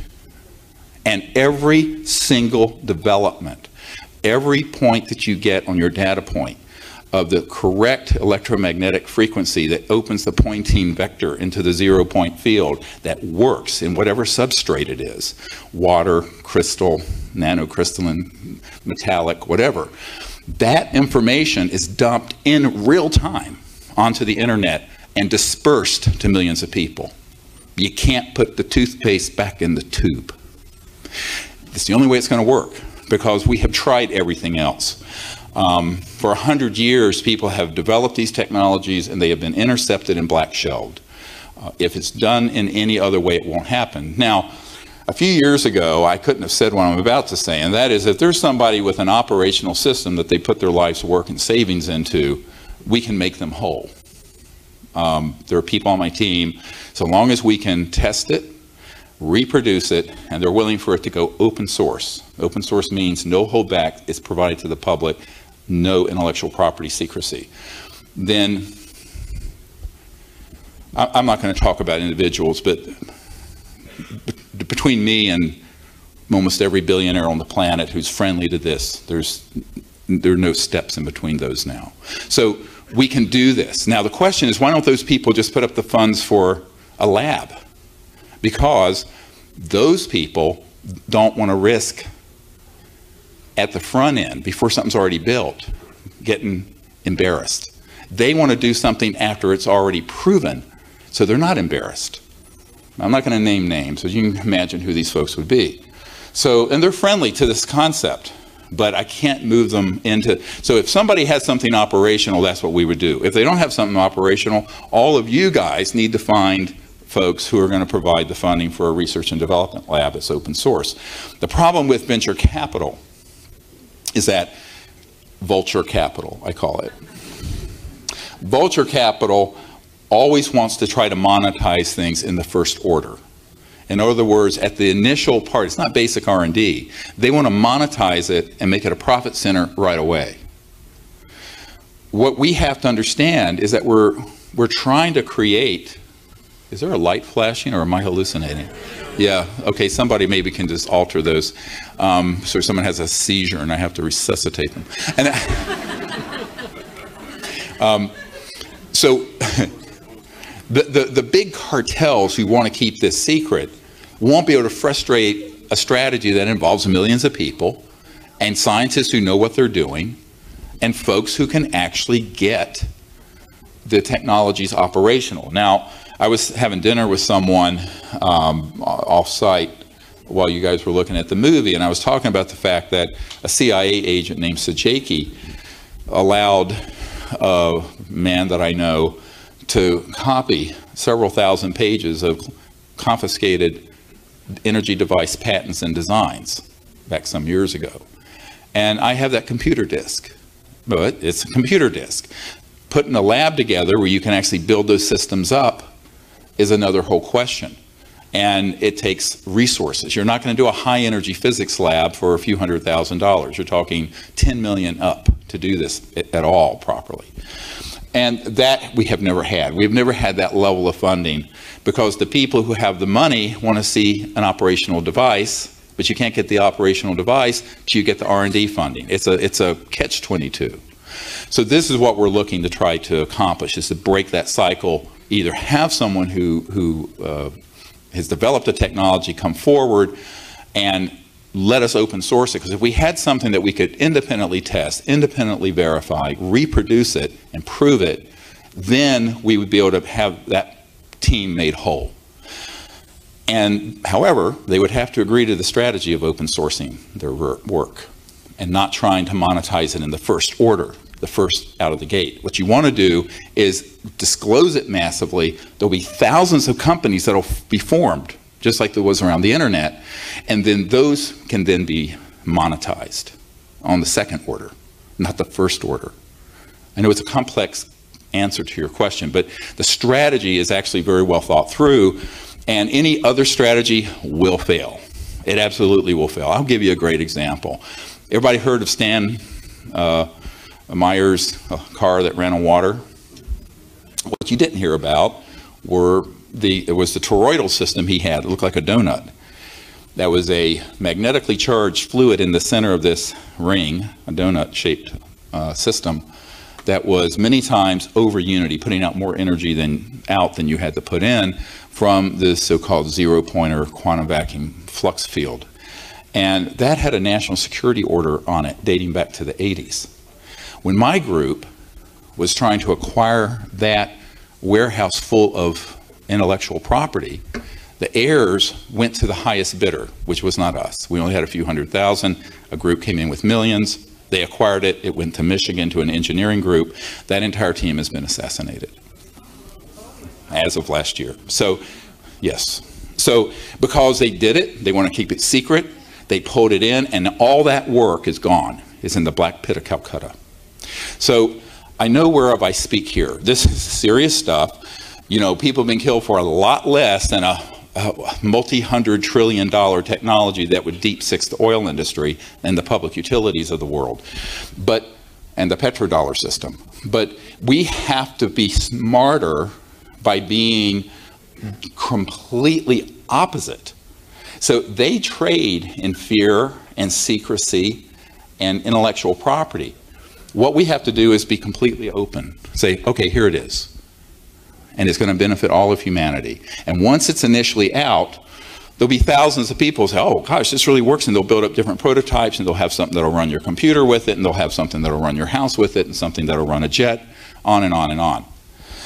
Now, there's another part of this that's a serious and legitimate national security concern. And that is what I call the Z plane. You know, not the XY horizontal, but the vertical. So when you start talking about electromagnetogravitics, anti-gravity, let's call it pop culture words, where you set up the ability to cancel the mass of an object so it levitates, which has been done for the better part of 100 years, starting with T. Townsend Brown and probably before him. You're talking about a missile delivery system. So what I have explicitly agreed to with the colonel who's in charge of future technologies for the Air Force, which is a euphemism for technologies they already have. Remember, it's all a mind fuck, excuse me for saying. It's Orwellian language usage. And they, you know, came to me and brought up this issue. I said, yes, I understand that. Because the world is becoming more and more unstable, because it's more and more unjust, and more a disparity between the wealthy and the poor. This breeds radicalism, which is what we're seeing all over the world. And it's not going to change by staying on oil, by the way. So in the meanwhile, you have to phase this technology in. So the first phase would be stationary energy devices that are quote-unquote free energy. After the world becomes in a state of more stability and abundance and justice and social justice and economic equality, that's, you know, not everyone's ever going to be all the same, but there won't be these huge differences between multi-hundred billionaires and people who don't have literally a bathroom to go to. 48% of the public in the world, the whole world's population, does not have indoor plumbing yet. 48%. So we have to fix that. Then the next phase will be the flying saucers that are man-made, so we don't need highways. But that would be a second order rollout.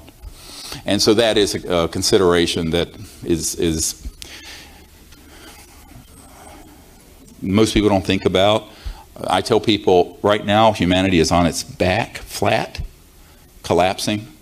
We need to stand up and crawl before we levitate. All right? And we'll levitate eventually. But we need to get up and walk. And right now we're not walking, we're down. Our biosphere is collapsing, our civilization is collapsing. So this is a rescue mission to Earth. Now, by the way, the ETs are very aware of this, and that's what they're watching.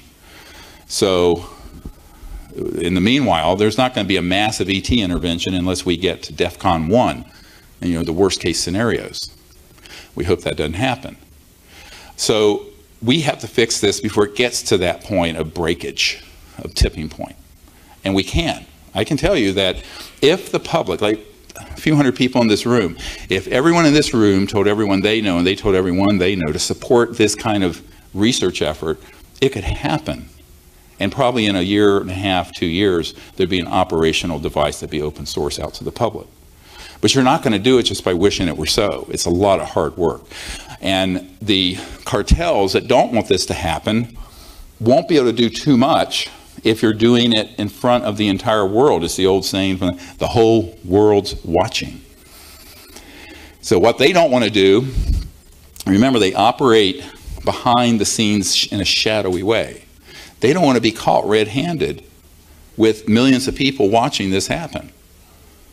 And if it's being live streamed, the technology is being openly dispersed instead of people being like, Gollum, the Lord of the Rings, my precious, my precious. So people have had these rings, toroids, and other systems that are free energy, and they're like Gollum, my precious. We have to get out of that mindset and say, no, that's going to fail. Over and over again, we've proven it will. And the strategy to overcome these cartels, A, is to behave as if they don't exist from this one essential point. Don't do what they're doing. Do the 180-degree opposite. Because everyone tries to recapitulate those power plays. So they're being very secretive. It's like the next iPhone is a bigger secret than the National Security Agency code. But for this technology, it's unique. You cannot keep it secret, and you cannot develop it in secrecy, and you cannot have it go forward with intellectual property around it. Because, as you know from the film, 5,135 patents have been seized by the Patent Office, many of them dealing with this issue. So how are you going to patent it? If you keep a trade secret, the first 1,000 devices that are sold are going to be reverse engineered by people in China and India and elsewhere.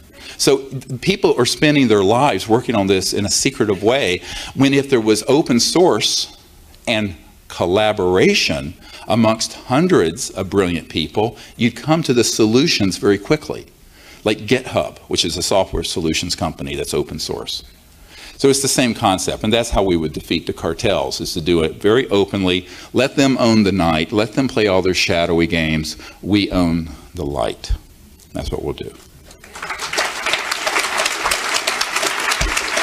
What level of confidence do you have in the possibility of the Trump administration addressing this issue of disclosure?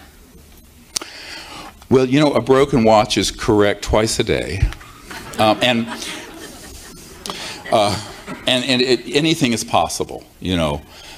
What my concern is that people waste their time and effort putting hope and sitting on their hands, not doing anything, thinking someone else is going to do it for them. Big mistake. I can't do this by myself, and neither can anyone else in this room. Millions of us can.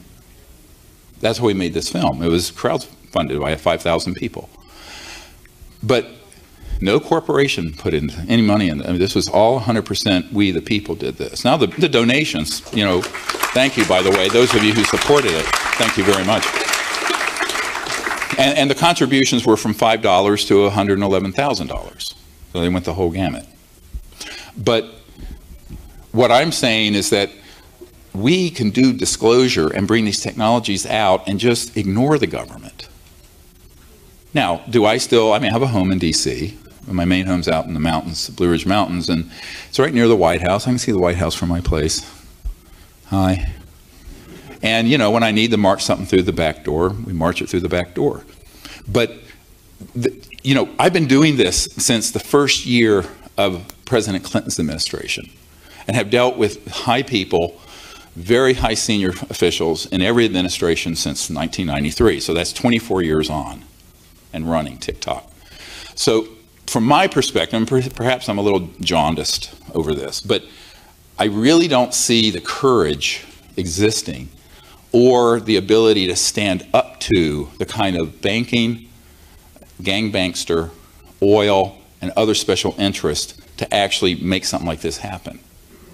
Never mind the ecclesiastical and religious authorities that don't want this out. We didn't even talk about that yet. All right? So, for example, some years ago, I had a man who was involved with, who worked at JPL, Jet Propulsion Labs for NASA. And he came up to me, he says, yes, you're quite right about those objects on Mars. They do exist, but we pixelated them out because we don't want the public to know. And I said, well, why? They're very ancient. He says, yes, they're in the millions of years old, not thousands, millions. Pyramids, obelisks, all kinds of things. And those do exist from a very long time ago. In a galaxy far, far, no, it wasn't. So, in our solar system. And I said, but so what's the big deal? It's not a current operational UFO that is basically a free energy and anti-gravity device that's being disclosed. It's an ancient. He says, yes, but the religious authorities don't want that disclosed. I went, what? This is an engineer and a scientist at JPL. And he said, yes, he said, because if that were disclosed, it would collapse the foundations of the orthodox fundamentalist belief systems of every organized religion on earth. To which I said, well, good. It's childhood's end. You know, I mean, I'm sorry, if you believe the world is 6,000 years old and we rode dinosaurs bareback, you got a problem. But, you know, my point is, as Senator Patrick Daniel Moynihan said, everyone is entitled to their own opinion, but not their own set of facts. Okay, now we have alternative facts and fake facts and real facts. You know, it's like so Orwellian. So I think that the one bright spot with the current administration is that they're unconventional. And we have handed off to the administration a briefing, and we have points of contact in the administration and quite high up, and we'll see. Now, you know, John Podesta, who, as you all know, was chief of staff for Bill Clinton, but was the campaign chairman for Hillary Clinton, it was an open advocate of disclosure. In 2002, after we did the 2001 National Press Club, he had his own press conference and talked about this. And when he left the Obama White House, he said his greatest regret of being in government all these years was not being able to affect government disclosure on the UFO issue. I'm paraphrasing, but pretty close to what he said. And the fact is, the people who are in the Oval Office don't have the power you think they have, because power is only what you are willing to use. In other words, there's potential power and there's actual power.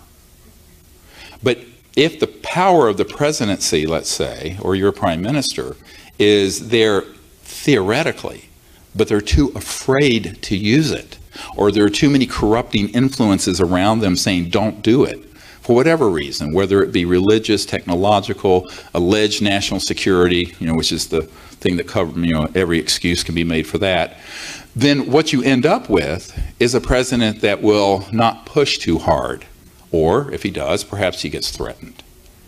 And, you know, when Bill Clinton was drilling down on this, and I put the brief together for him, the so-called best available evidence, and, you know, a very good friend of his came to my house after I briefed the CIA director and said, well, President Clinton's very supportive of this, but his people are convinced that if he pushes on this, he will end up like Jack Kennedy. And I thought he was joking and laughed. He says, I'm not joking. So I said, well, let's have a conversation away from the children. He was at the dinner table at my home after dinner. And he explained to me that they honestly didn't think that they could protect him. And I've had two people confirm to me in the last few years that this briefing, it was about a 500-page brief, that Bill Clinton kept it in the private quarters of the White House and would sit there going through it. And one of his friends, who I knew quite well, told me the story of sitting there with him. He used to keep it on the toilet in his bathroom, and would look at it when he was on the John. And he brought it out into the living quarters, and was sitting there going through it. And he was going through. He says, "I know all this is true, but they won't tell me a thing, not a goddamn thing." It's exactly how she impersonated him saying that. So, and then I, more recently in December, met with Senator John Warner's son, and he had been in the Oval Office and met also with, and brought this issue up to Clinton. And Clinton said the same thing. He says, I know this, but they won't tell me a thing, not a thing. Now, some presidents are told a little bit, some are told a lot, but all of them are told what they think they should be told. So the cabal will tell, for example, President Reagan, that yes, there are ETs, but they're a threat. Go make this speech at the United Nations, that we'll unite the world around an alien threat. And by the way, give us a few $100 billion for Star Wars. That's the Strategic Defense Initiative. And he went, oh, okay. Because he couldn't figure out he was being played like a puppet. So all of it has to do with the courage of who that person is, what their bandwidth is. I hate to be that blunt about it. It's just IQ. And also, what are their values? Are they willing to risk everything to do something great for the world and for humanity? My experience with moneyed people and lawyers and politicians is not so much. You know, that's not their currency. Their currency is power and staying in power. So rarely does someone bite the hand that's going to feed them, right? So at that point you realize we're much better off while hoping and providing this information to members of the Senate and Congress and your Parliament or whoever it is. I mean, I've worked with Paul Hellyer on this with some of your folks. But when the day is done, as one senator told Mr. Hellyer, you're asking me to reel in a 2,000-pound whale and I've got a 5-pound line. I don't have the ability to do it. Because usually people in those positions are denied access even when they ask. So when you analyze this thoroughly, you're left with something that's a sort of an existential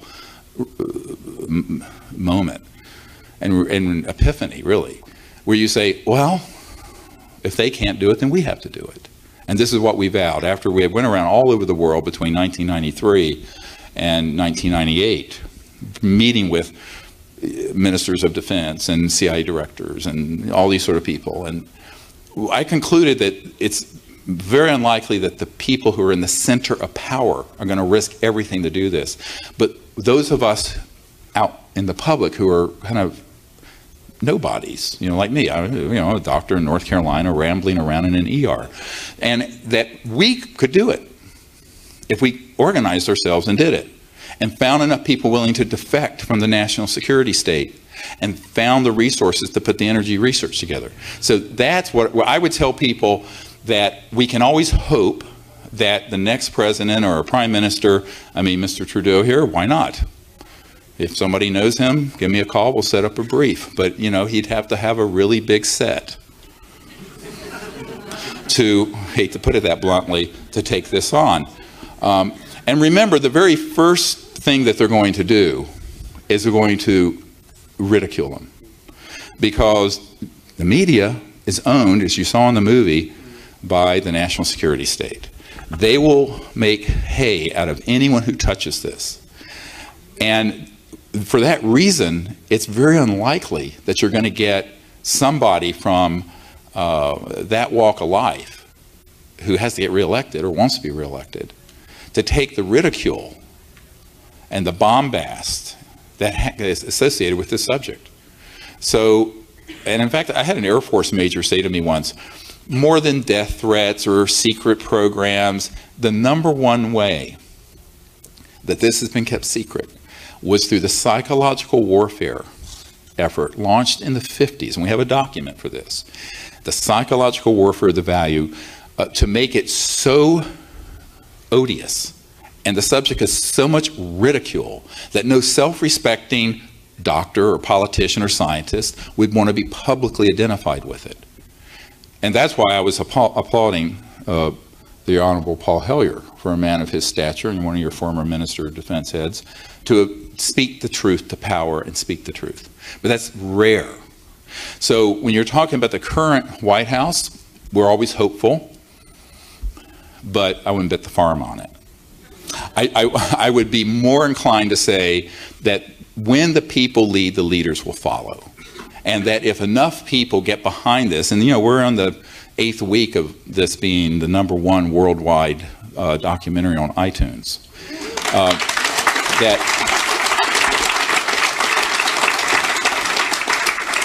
and there's something that's going to be happening in August that'll be 10 times bigger.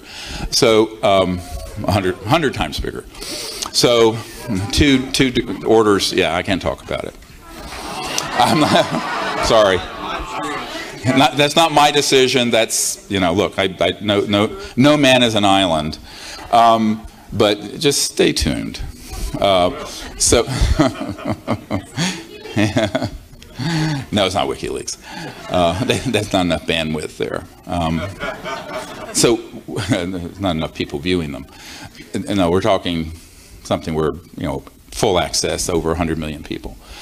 So, so this is what we're trying to do. So those of you who gave your donations, this was the plan all along. So we do what we can with what we have, and I think that if people come together and decide we're going to end the secrecy, we're going to bring the truth out, and we're not going to sit on our hands waiting for, the man in the White House or someone else to do it. And I think this is one of the hardest things for people to do, is to hold themselves accountable for the state of the world. Each of us are responsible for the current state of the world, because it's like in Nazi Germany. The ones who were overtly doing the horrible things that happened were guilty. The ones who looked the other way, they're guilty too. All right? So all of us have a responsibility to step up and do something about this. Whether we are, as this old saying goes, whether you're carrying a thimbleful or a gallon measure of effort, if everyone carried what they could, this could get done. The problem is we live in a world where people live in their smartphones and in front of their computers and YouTube. What did I say? BoobTube, yeah. It turns you into a mindless boob. And so the point is that you need to be able to look at yourselves and say, I'm going to be an activist. I'm going to get up and tell people about this. And by the way, one of the reasons we created this film was so that you could show this to any skeptic. And there's enough meat in here, and there's enough dispositive evidence, testimony, documents, that a hard-boiled skeptic, if they'll sit through it, will go, wow, there must be something to this. We've gotten a lot of feedback from academic people who thought this was all poppycock, who are saying, wow. And that's who it was made for. It was made for people who are reasonably open-minded but really don't know much about the subject, and to take them into the evidence, the structure of illegal secrecy and unacknowledged special access projects, and the raison d'etre, the reason for the secrecy. And that's what we tried to achieve. Okay. Could the free energy devices be turned into weapons of mass destruction, putting a potential nuclear bomb in every basement or car? Have you asked any of your contacts this? Yes, well, I sort of addressed this. The propulsion systems are easily weaponizable, and that's very classified. And that's going to be, but the ones that are just tapping into the zero-point energy field, those are not like a hydrogen bomb. And now, could you theoretically use that device to power something that was a weapon? Yes, but it wouldn't be a weapon of mass destruction. But you can take your car or your truck and run it down the Champs-Élysées and run over 100 people, or in Nice last summer, and kill 86 people. So the issue becomes another one where it's a sort of reality check. We either are going to bring these technologies out and stabilize the biosphere and also the geopolitical situation, where the disparity between poverty and wealth is growing and growing every year, and get our civilization back on track, or we're not. And the not means termination of our civilization, one way or another, either geopolitically or geophysically. So it has to happen. There's 100 years of lost evolution on this planet, what we call the lost century, the term I coined, because we've really lost a century of evolution on our planet, and that has to be corrected. And in order to correct it, it's going to take a lot of people doing it who are not vested in the status quo. And if they are vested in the status quo, they don't care anymore. Like one of my biggest supporters and people who've helped me for the last 20 years was at one point the 4th largest oil exploration company in the world. And he says, I made my money doing that, I'm done. I want to help you. So there are people who turn over to this. And by the way, if you look at this Majority Intelligence Committee, so-called MAJIC, M-A-J-I-C, that is the name of the entity that is at the top of running covert programs related to UFO matters, about 70% of them are in favor of disclosure. And when we started back in the early 90s, it was about 30%. Now you say, well, 70% are in favor, why didn't it happen?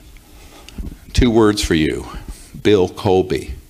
So when Bill Colby was about to defect, and did defect, and was going to hand off one of these technologies to us, they found him floating down the Potomac River the week he was going to meet with my board. And so what happened was that there was a shot across the bow and say, stay in your box, don't go off the reservation. And the 30% that are hardliners don't mind eating their own. They do not mind killing their own people, and they will. And so when I was going to give up, someone asked me the personal weight of this. In '94, I was going to shut down my project 23 years ago in July. And a guy came down whose family founded the California Institute of Technology and was very involved with the NSA. And also he was sent by someone from the science director at CIA, begging me not to give up, because they're on the side of wanting this disclosed, but they know they can't. And if they do, they're dead. And they were saying, don't give up. And I'm going, well, what the hell do you want me to do? And, you know, it's this sort of going through the looking glass weirdness that has happened in my life between the early 90s and now. But what I came to realize is that a lot of those people are actually looking to you guys. You're looking to them and they're looking to you. Power of and for the people. That's what we have to do, yeah. Is it possible that extraterrestrials can interact with you in your dreams? Great question. The number one way that humans through history have had actual contact with transdimensional interstellar civilizations is in the lucid dream state. Now let me explain what that means. It's not like you had a bad pepperoni pizza and had a nightmare. It's when you're awake within the dream in a state of lucidity and you know you're in a dream, but you're actually having an experience. And I actually met my wife that way. I had five lucid dreams in a row, and was shown this woman that I should marry. I was 22. I said, I didn't get married. And then a couple months later, I met her in this dimension, and I knew it was her. And that was, well, it'll be 38 years this August. So lucid dreams are very important because what they enable you to do is to get out of the intellect and the confines of space and time. And what we're going to do tomorrow, we're going to spend a huge amount of time dealing with the nature of consciousness, mind, trans-dimensional physics, and extraterrestrial technologies, and where those all come together. Because if you understand that, then you can become an ambassador to their people and make contact. And you're going to see some amazing photos and images tomorrow. It's going to blow your mind. So, of contact we've had doing this. Now, you can say, well, that's during a meditative state where you do remote viewing and engage in these protocols. I say, yes, but you can then go to sleep that night, enter into that state, and then they will contact you. And you can have an experience in this lucid state. And I think that this has been very common. Now, why is that the case? I'm going to tip my hand on a little bit of what we're going to talk about tomorrow. I had this Lockheed Skunk Works spook, officer, contact me a few years back. And he ostensibly called me to be one of our witnesses, one of our Disclosure Project military witnesses, corporate. I said, great. He says, but the reason I'm calling you is that it turned out years ago he had been practicing something that I was not in the tradition I practice. I use a Vedic type of meditation, Sanskrit. He was doing something Rosicrucian, and he was trying to learn how to astrally project. In other words, have his astral, the body of light, leave his physical body and fly around. And he, tried, and he never could. Finally, his teacher came to him and said, look, you're ready, you practice enough, just let go and let yourself do it. And it was sort of an affirmation. So he laid down that afternoon, began to practice this. He went out of his body, right up through his ceiling, went up in the atmosphere, and then collided into an extraterrestrial vehicle that was in a transdimensional energy field and moved it. Listen carefully. Very carefully. If you get this, you're going to understand so much that it'll connect dots.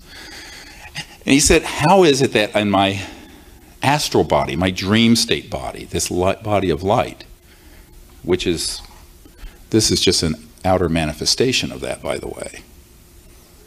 consciousness is essential. And the body of light is emanating from the point of consciousness, which then manifests the body and the plants and the stars, etc., and so on. So the cosmology has been turned upside down by reductionism and materialism. But this conscious field is what is primacy rests with that. That's essential. And I said, when you are in that astral body and an extraterrestrial interstellar vehicle, which has gone from one star system to another, but is not stepped down into 3D matter,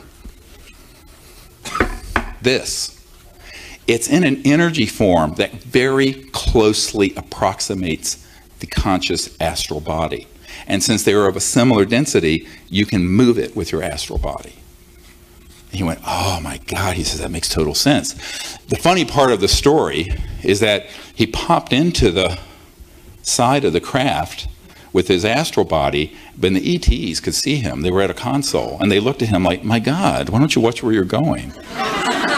Like, it was an interstellar faux pas. He didn't say hello, didn't knock, just popped in. Now that's a true story, and it does get comical, and it sort of blows people's paradigm. But remember, I tweeted this out, and I got so much feedback, like WTF sort of remarks back on Twitter, because I said all interstellar extraterrestrial civilizations are transdimensional, but not all transdimensional beings are extraterrestrial.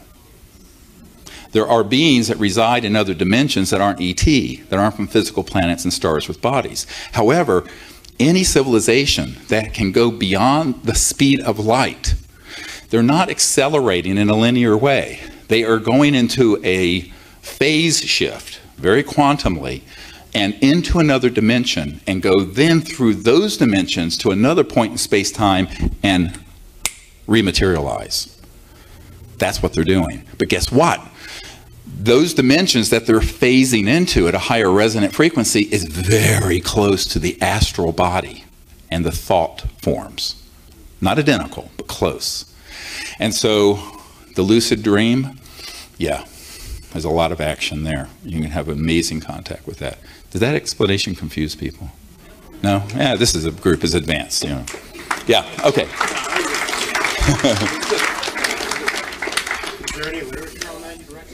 Yeah, I have 5 books. Read them. He asked, is there any literature on that? It's all explained in those. I know nobody reads anymore. Have you noticed? If it's 140 characters, you'll read it. Nobody. By the way, this movie is in a book that's a corollary to it. It's called Unacknowledged, and it actually has about 10 times more information. So, you know, you can get that on Amazon. Yes.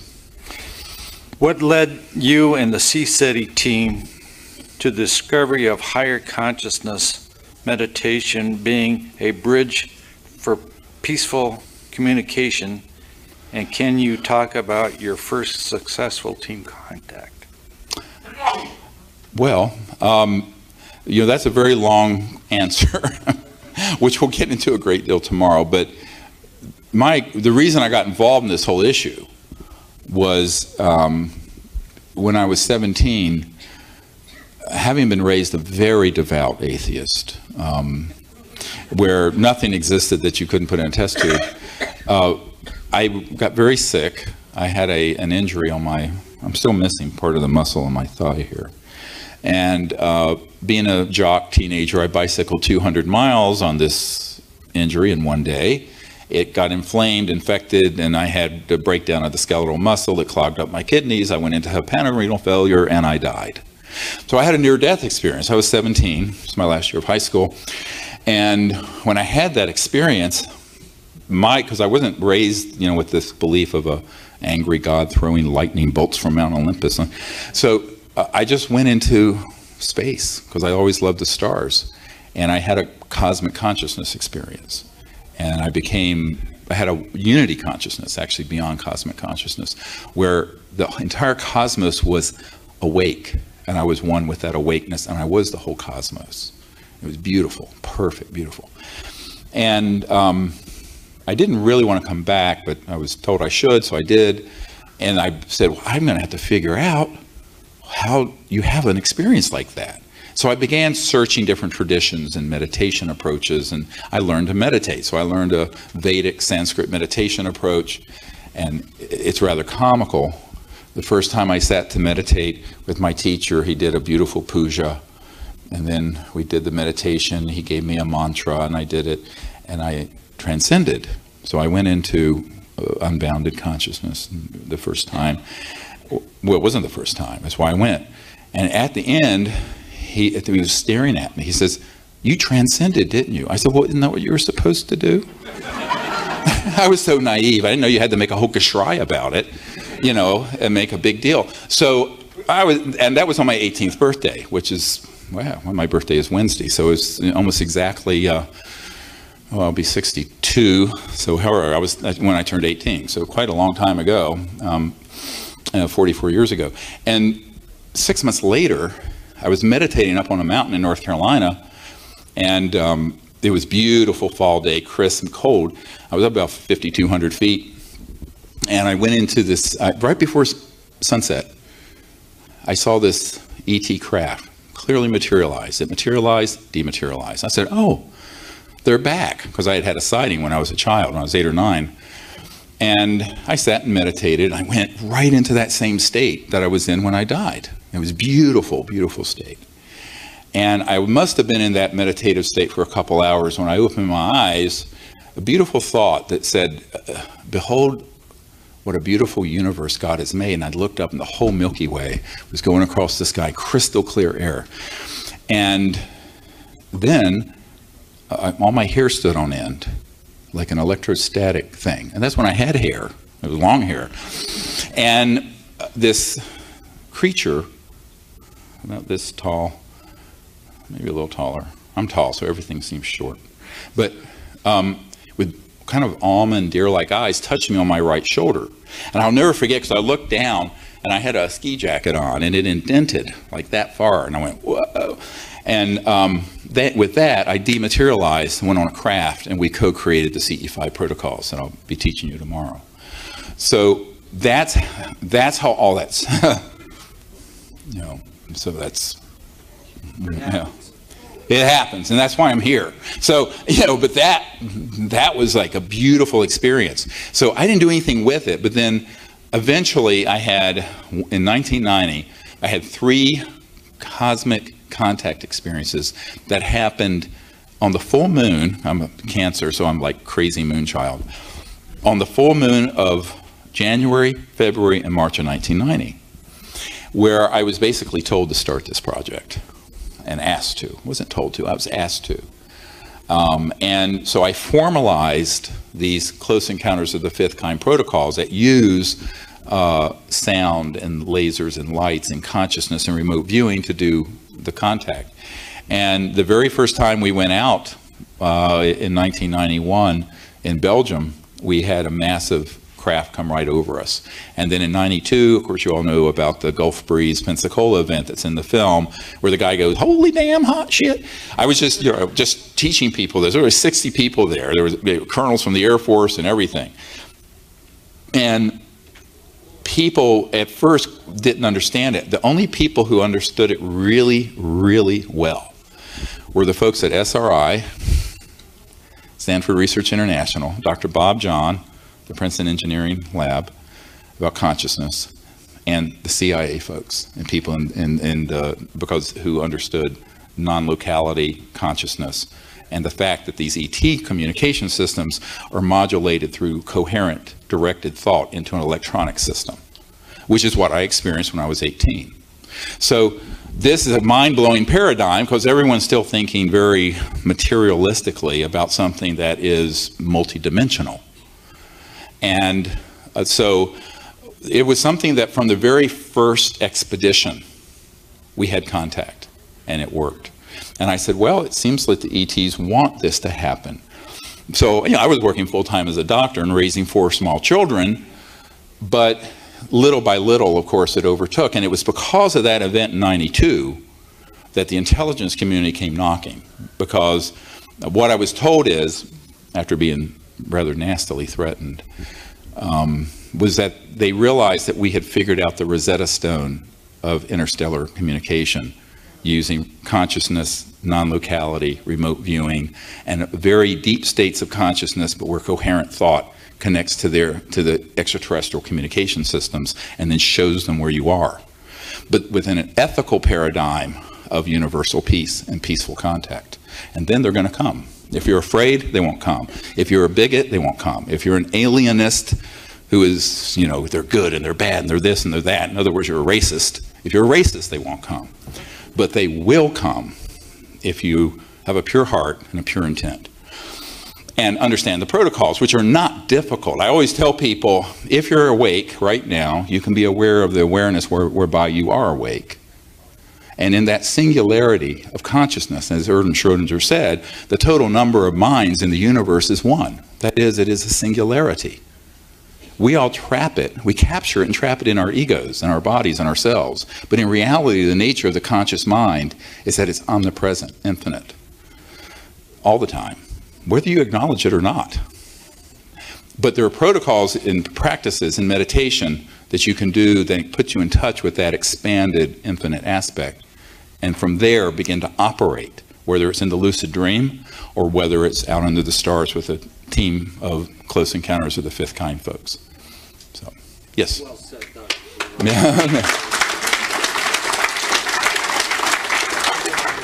Do you think the extraterrestrials at some time will need to save Homo sapiens from themselves? We'll have to what? Do you think the extraterrestrials at some time will need to save Homo sapiens from themselves? Well, that's what's going on. Everybody hear the question? That's why they're here.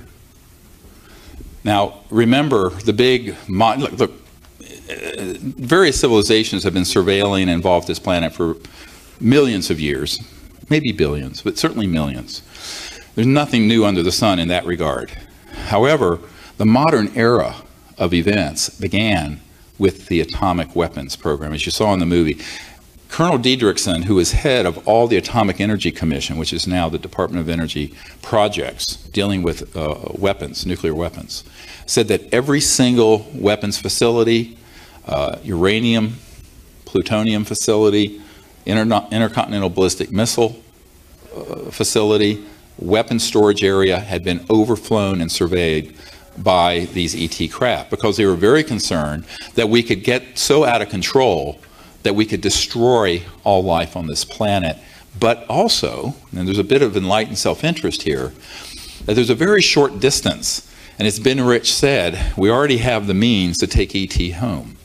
So 70 years and trillions of dollars in R&D covertly have resulted in our having capabilities that could be an existential threat to other star systems. So not only are we dangerous to ourselves, we're dangerous to others. Now, for an emergency doctor, that's what you put on a thing to get someone involuntarily committed into the loony bin. And so I think that in a sense, humanity right now is viewed as collectively nuts, insane. Look at what we're doing. We have 100 years of Tesla-like technologies that have been viciously suppressed by sociopaths, and we're destroying the biosphere and have impoverished and enslaved in poverty billions of people. So, on top of it, we're not only destroying the biosphere, but we have thousands of these thermonuclear weapons. Now we're wanting to go into space with these weapons, et cetera, and so on. So I think that there is a very deep concern. Now, a lot of people say, well, why don't they just come and fix it for us? And I always say this is a little bit like, how well did that experiment go in Afghanistan with the warlords? We went in there, we're going to start Jeffersonian democracy in a feudal medieval society. Not. So, and the difference between Western civilization and the feudal warlords of Afghanistan is not as great as the savagery of human society right now and these other civilizations. So the idea that they're going to land and just impose some kind of sense out of this chaos isn't going to happen, because how many people are parents in here? Yeah, a few. So if you don't let your children learn the lessons they have to learn, and you put them in a bubble like a helicopter parent, they never develop. They'll be 30 years old and living on the couch, being worthless. So you have to let a developing civilization, the analogy being, go through these developmental pains. Now, there's a point where there would be an intervention. Massive thermonuclear war, a biosphere collapse, a tilting of the magnetic shift in the poles where there would be massive so-called earth changes. There are certain scenarios where there would be a massive intervention to stabilize the system briefly so we could then move on. And that is a lot of why they're here, observing and watching and waiting. But the primary responsibility to fix the problem rests with us, not them. So I always caution people against what I call cosmic codependency, where they're either looking for a savior in a flying saucer or a demon. And I'm going, forget about that whole discussion. Let's look to the man in the mirror. Go look in the mirror if you want to see where the problem is. And we have created these problems, and we can fix them. And that's what they're waiting for us to do.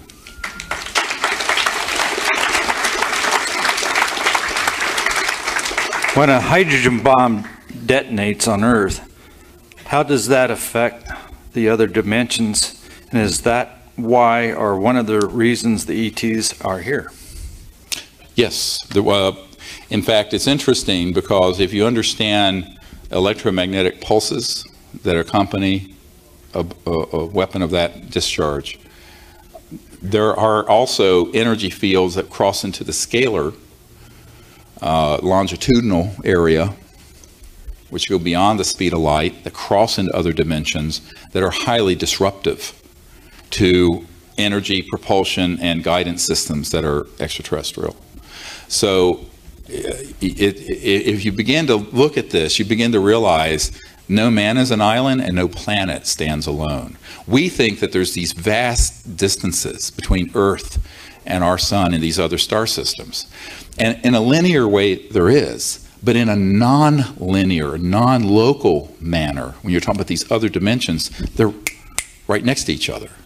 So where is the separation when there is perfect integrated oneness and non-locality as the operating physics of the cosmos? This is what we're going to talk about tomorrow. So if you understand that, then you can see why a civilization that goes on a trajectory that we're on, even using these weapons, is destructive and disruptive to other civilizations and star systems, but not in a straight line way, the way you would think of a normal signal, but in a longitudinal scalar signal, which doesn't have a waveform like this, but goes at multiples of the speed of light out. So this is something that obviously got someone's attention when we started detonating atomic weapons in the 40s. Thence Roswell. Right? That was the only nuclear bomb squadron in the world at the time. It just wasn't a coincidence they were surveilling that area, because they knew not only was it dangerous to Earth and to our planet and to humanity and potentially to them down the road, but the actual utilization of those weapons was disruptive because of the energy forms that cross beyond the speed of light through these other dimensions. 10:30. We'll take one more question. If USAPs are illegal and those who come forward can't be prosecuted, why isn't everyone coming aboard? Yes, good question. Well, you have to first educate people who've been in these projects that they're free to speak. And I think that if you've been in that system, you're indoctrinated with, you don't tell anyone, you don't talk about it, and you're told you'll be killed. All right? So the fear factor is enormous. I mean, for every disclosure witness we have, there are literally a couple dozen that have given me information I've met with who are terrified to come forward. But what I think that we have to do is find more people with the courage to speak about the research they've done here in Canada. We've had facilities that have dealt with these technologies throughout the United States, UK, Australia, other countries, and begin to speak about it. And I think that they need to do it understanding that we have established the legal basis for them to speak without penalty. Now, does this then absolve them of the risk of a wet works team? You know, wet works are, well, I know a guy who heads one up. Wet is from blood. It's a wet works assassination team. And it does if they do it correctly.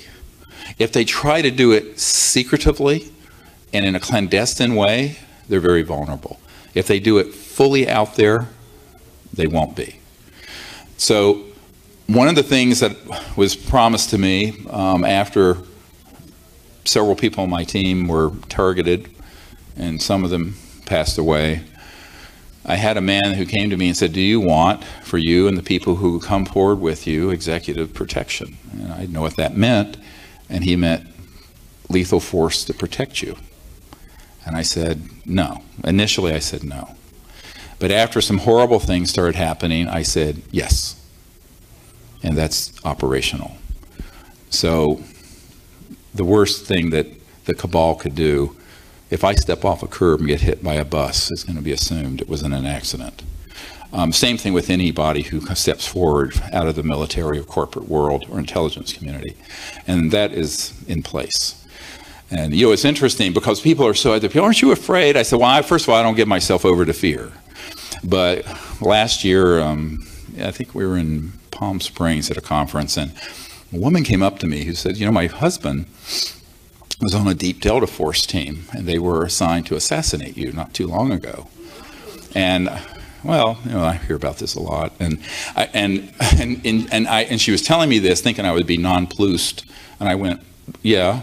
And she said, well, 10 minutes before they were going to activate the plan, they were pulled off. And I said, yes, of course. But so what I'm saying is there are some folks who do not want to see disclosure stopped. And they're tired of this nonsense. And I think that the specter in people's mind of fear is, you know, as they say, fear is the mind killer. Fear stops you from doing the things that you know is the right thing to do. So we have to, if any of you know folks like that, you need to explain to them that none of the people who have worked openly, name, rank, and serial number with us on this, and since 1997, no one on my team has been threatened or has been harmed.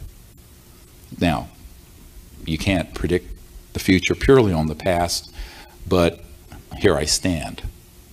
So I think that what we have to have the wisdom to do is to explain this to people and say, we need you to come forward, the world needs you to come forward, and if somebody has a technology or documents pertaining thereto, they need to come forward with those, because all of those projects are being run illegally and they cannot be prosecuted, not like a Snowden affair, where Snowden was disclosing things that were being overseen by the president and the Congress, no matter how ill-advised those programs may be and however Orwellian.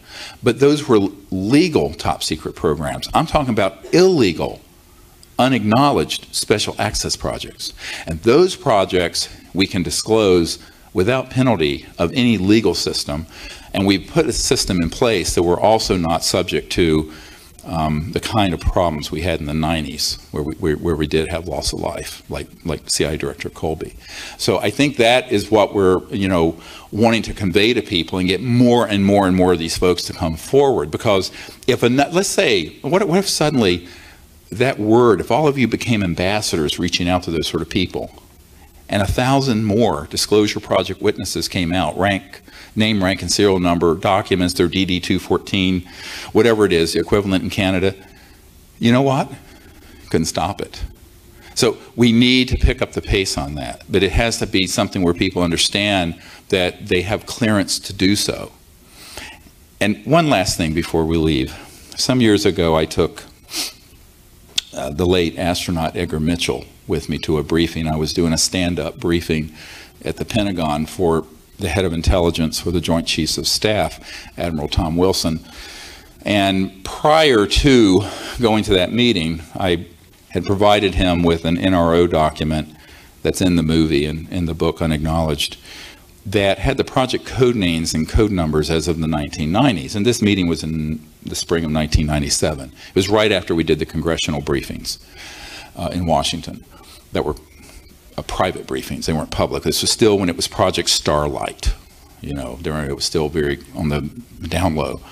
So when I went to this meeting, I took Edgar Mitchell with me because he was just learning about these things. And I was helping mentor him and share what I knew with him, like I did with Paul Hellyer and others.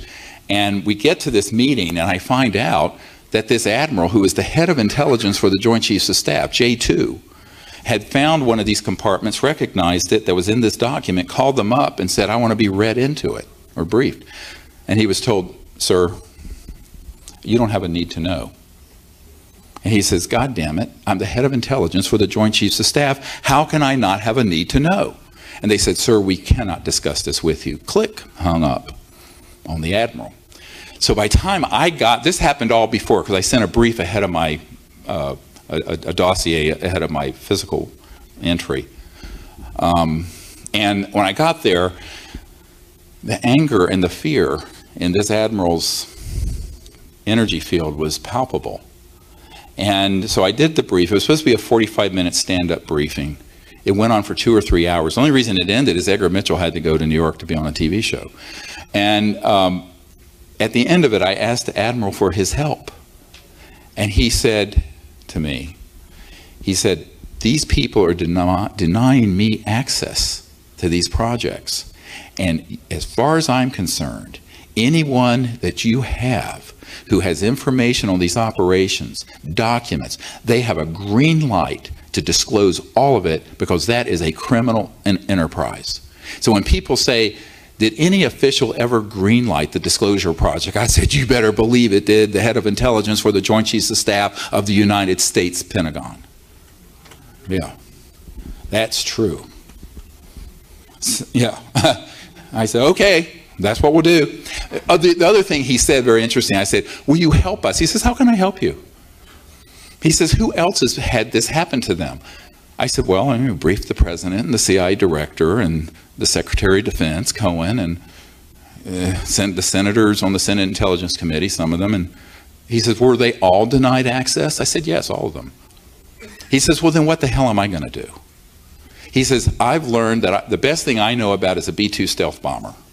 And these covert programs have man-made UFOs that can do circles around it. He said it, you know, it's point, set, match. So, and he said, moreover, I can't take an action against such an entity without authorization from the civilian leadership, or then I'm going rogue. And the Secretary of Defense and the President wouldn't authorize it. So there you are, checkmate. So it all fell back in our laps. And so now it's in yours and mine. So, I think this is how you have to it's funny, I got contacted by a big Hollywood movie producer who I won't mention, who wants to do a full-length feature film about all this. And I said, I don't think you can do this in one film. There's so many bizarre stories, and all of it true and all of it documented.